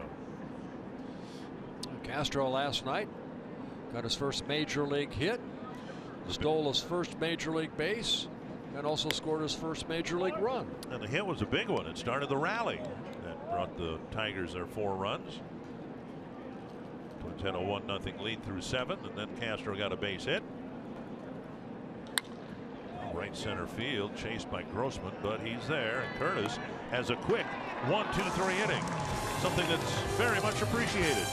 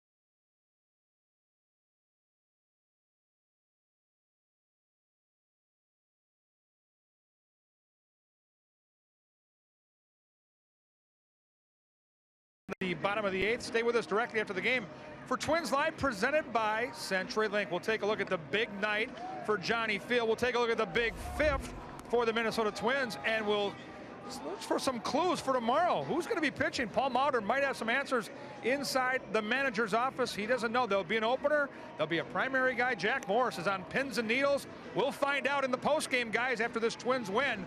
They can hang out of that 7-run lead. I'm sure Jack is. Yeah. Thank you, Kev. Daniel Stump will pitch for the Tigers. 55th game he's been in this year. And he'll face Grossman, Austin, and Astudillo. Mitch Garver is actually in the on-deck circle. He will apparently hit for Austin and take over at first base, one would think. Here's Grossman. He's had a good night at the plate. A couple of hits, a run batted in, 2 runs scored. And a warning track fly ball to left, the only time he's been retired.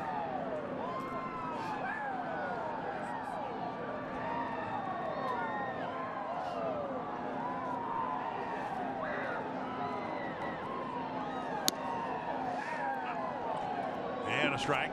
And Stump with that fastball in the low 90s. Very good slider and a changeup. He's in his 2nd season with the Tigers. Came to the big leagues with the Phillies in 2016. Good fastball, good location. And now 2-1. And in the background, you hear the sounds of a nearly empty ballpark.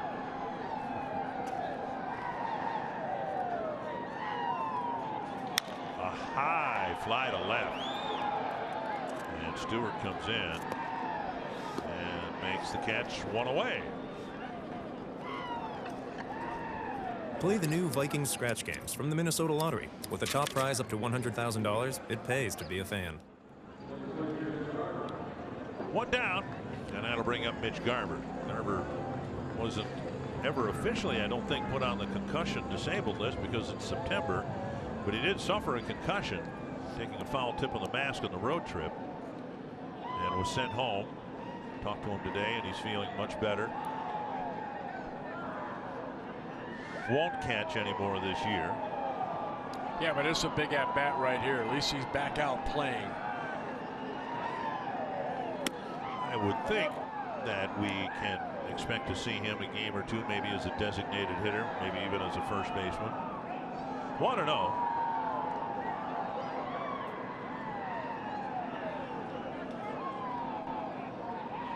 And now 2-0.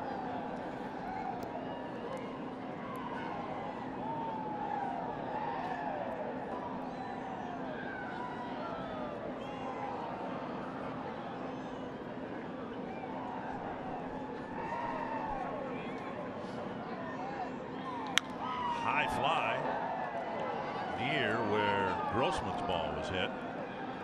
And a catch made, and then Stewart runs into the sidewall. Nice play by Stewart. Very nice play, because it looked like he took his eye off the ball at the last second, and all of a sudden it was right on top of him. So Stewart goes over there. He knows that short railing is right there. Looked for it real quick and stayed with it. Good concentration by Stewart. 2 down, and now Astudillo. Couple of singles, nearly lined into a triple play. That was in the pivotal 5th inning, and now a line drive over the reach of Rodriguez. A 3-hit game for La Tortuga. Tell you what, he came in hitting .333 and added 3 hits to in 5 at-bats. This guy loves to swing the bat, and he makes good contact. Jumping on that first pitch, a slider just over the head of Rodriguez in the left field. And now Jake Cave, he's reached his last 3 times up. Made a couple of nice plays in the outfield.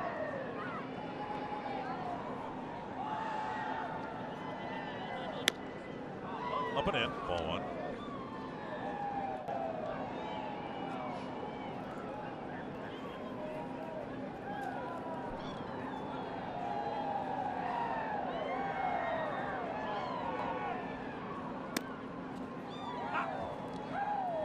One and 1.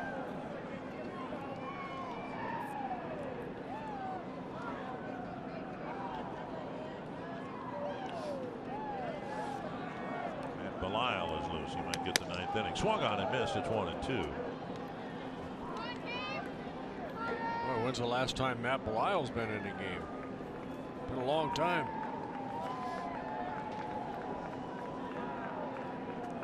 September 15th. And a half. Cave's gone, and that wraps up the Twins' bottom of the 8th.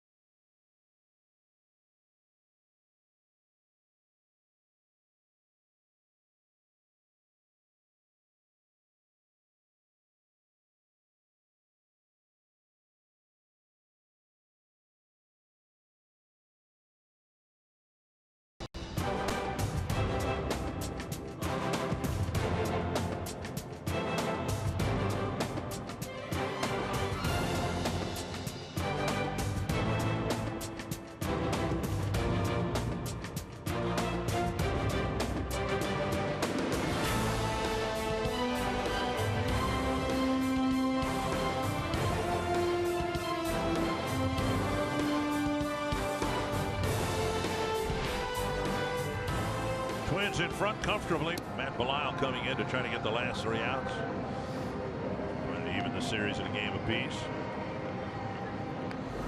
I said, when's the last time Matt Belisle was out there? Because I don't remember him on the road trip or anything, but he pitched in that game that we did not televise, that FS1 games. Yep. Matt In Belisle, Kansas City. Yep. Yep, in Kansas City, making his 23rd relief appearance. Petit taking over at second base for Forsythe. Matt Garver at first. He pinched hit for Austin. First man to face Belisle is Stewart, and he takes ball 1. Stewart, Castellanos, and Goodrum are scheduled. Reyes is already in the on-deck circle to hit for Castellanos.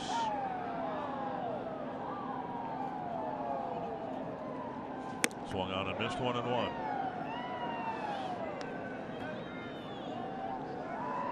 Disappointing as the year's been for Belisle, spending most of the year in Cleveland's minor league system.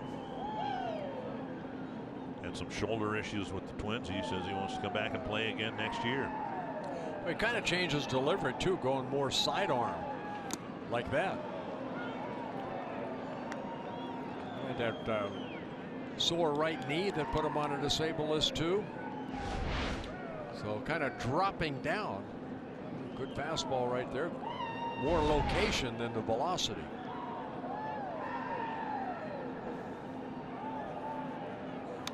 And a foul back.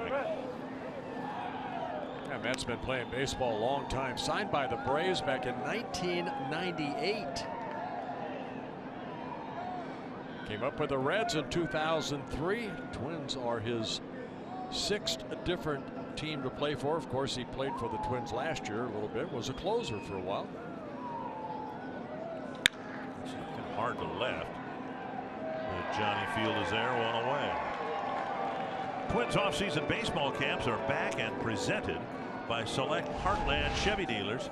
Camps provide players an opportunity to continue developing their skills as well as prepare for tryouts in the start of the new season. Included are 5 to 10 hours of instruction addressing general baseball skills taught by an experienced staff of dedicated instructors. For a full schedule and registration, visit twinsbaseball.com/training. Ball 1 outside to Victor Reyes.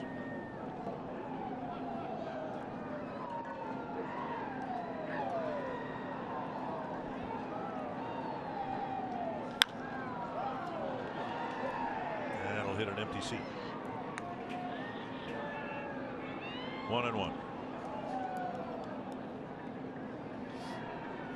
Yeah, Reyes up all year. He's a Rule 5 draft out of the Arizona Diamondbacks organization.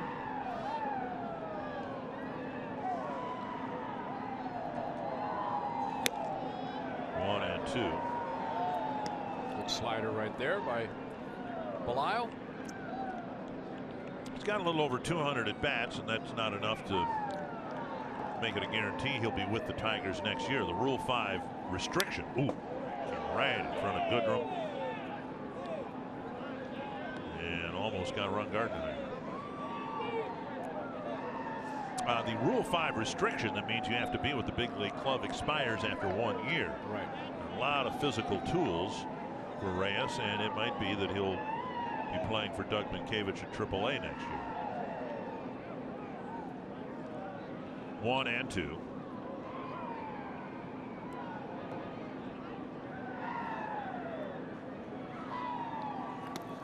And now 2 and 2.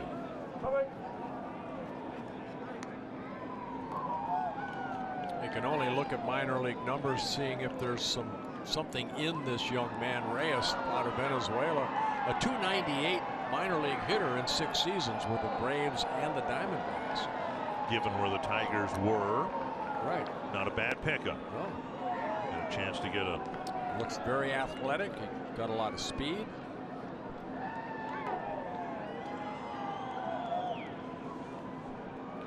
Two and 2.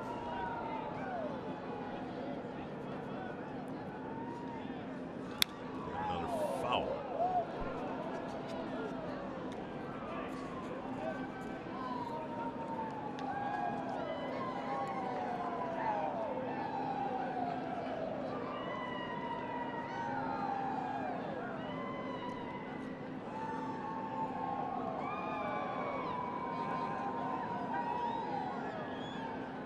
Swung on and missed.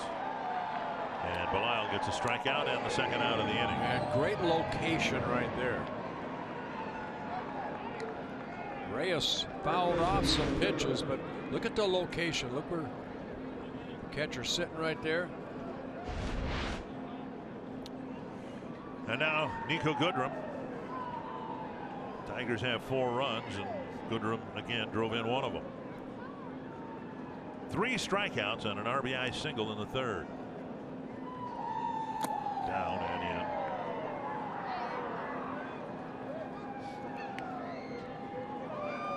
Yeah, that ricocheted off of Glatterall.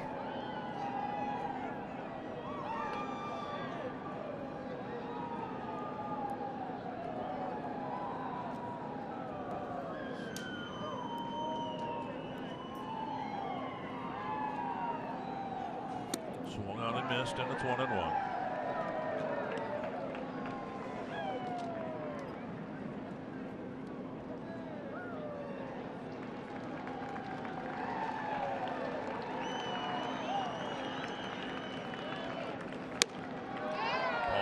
Said he has gotten to know Goodrum an awful lot over the years.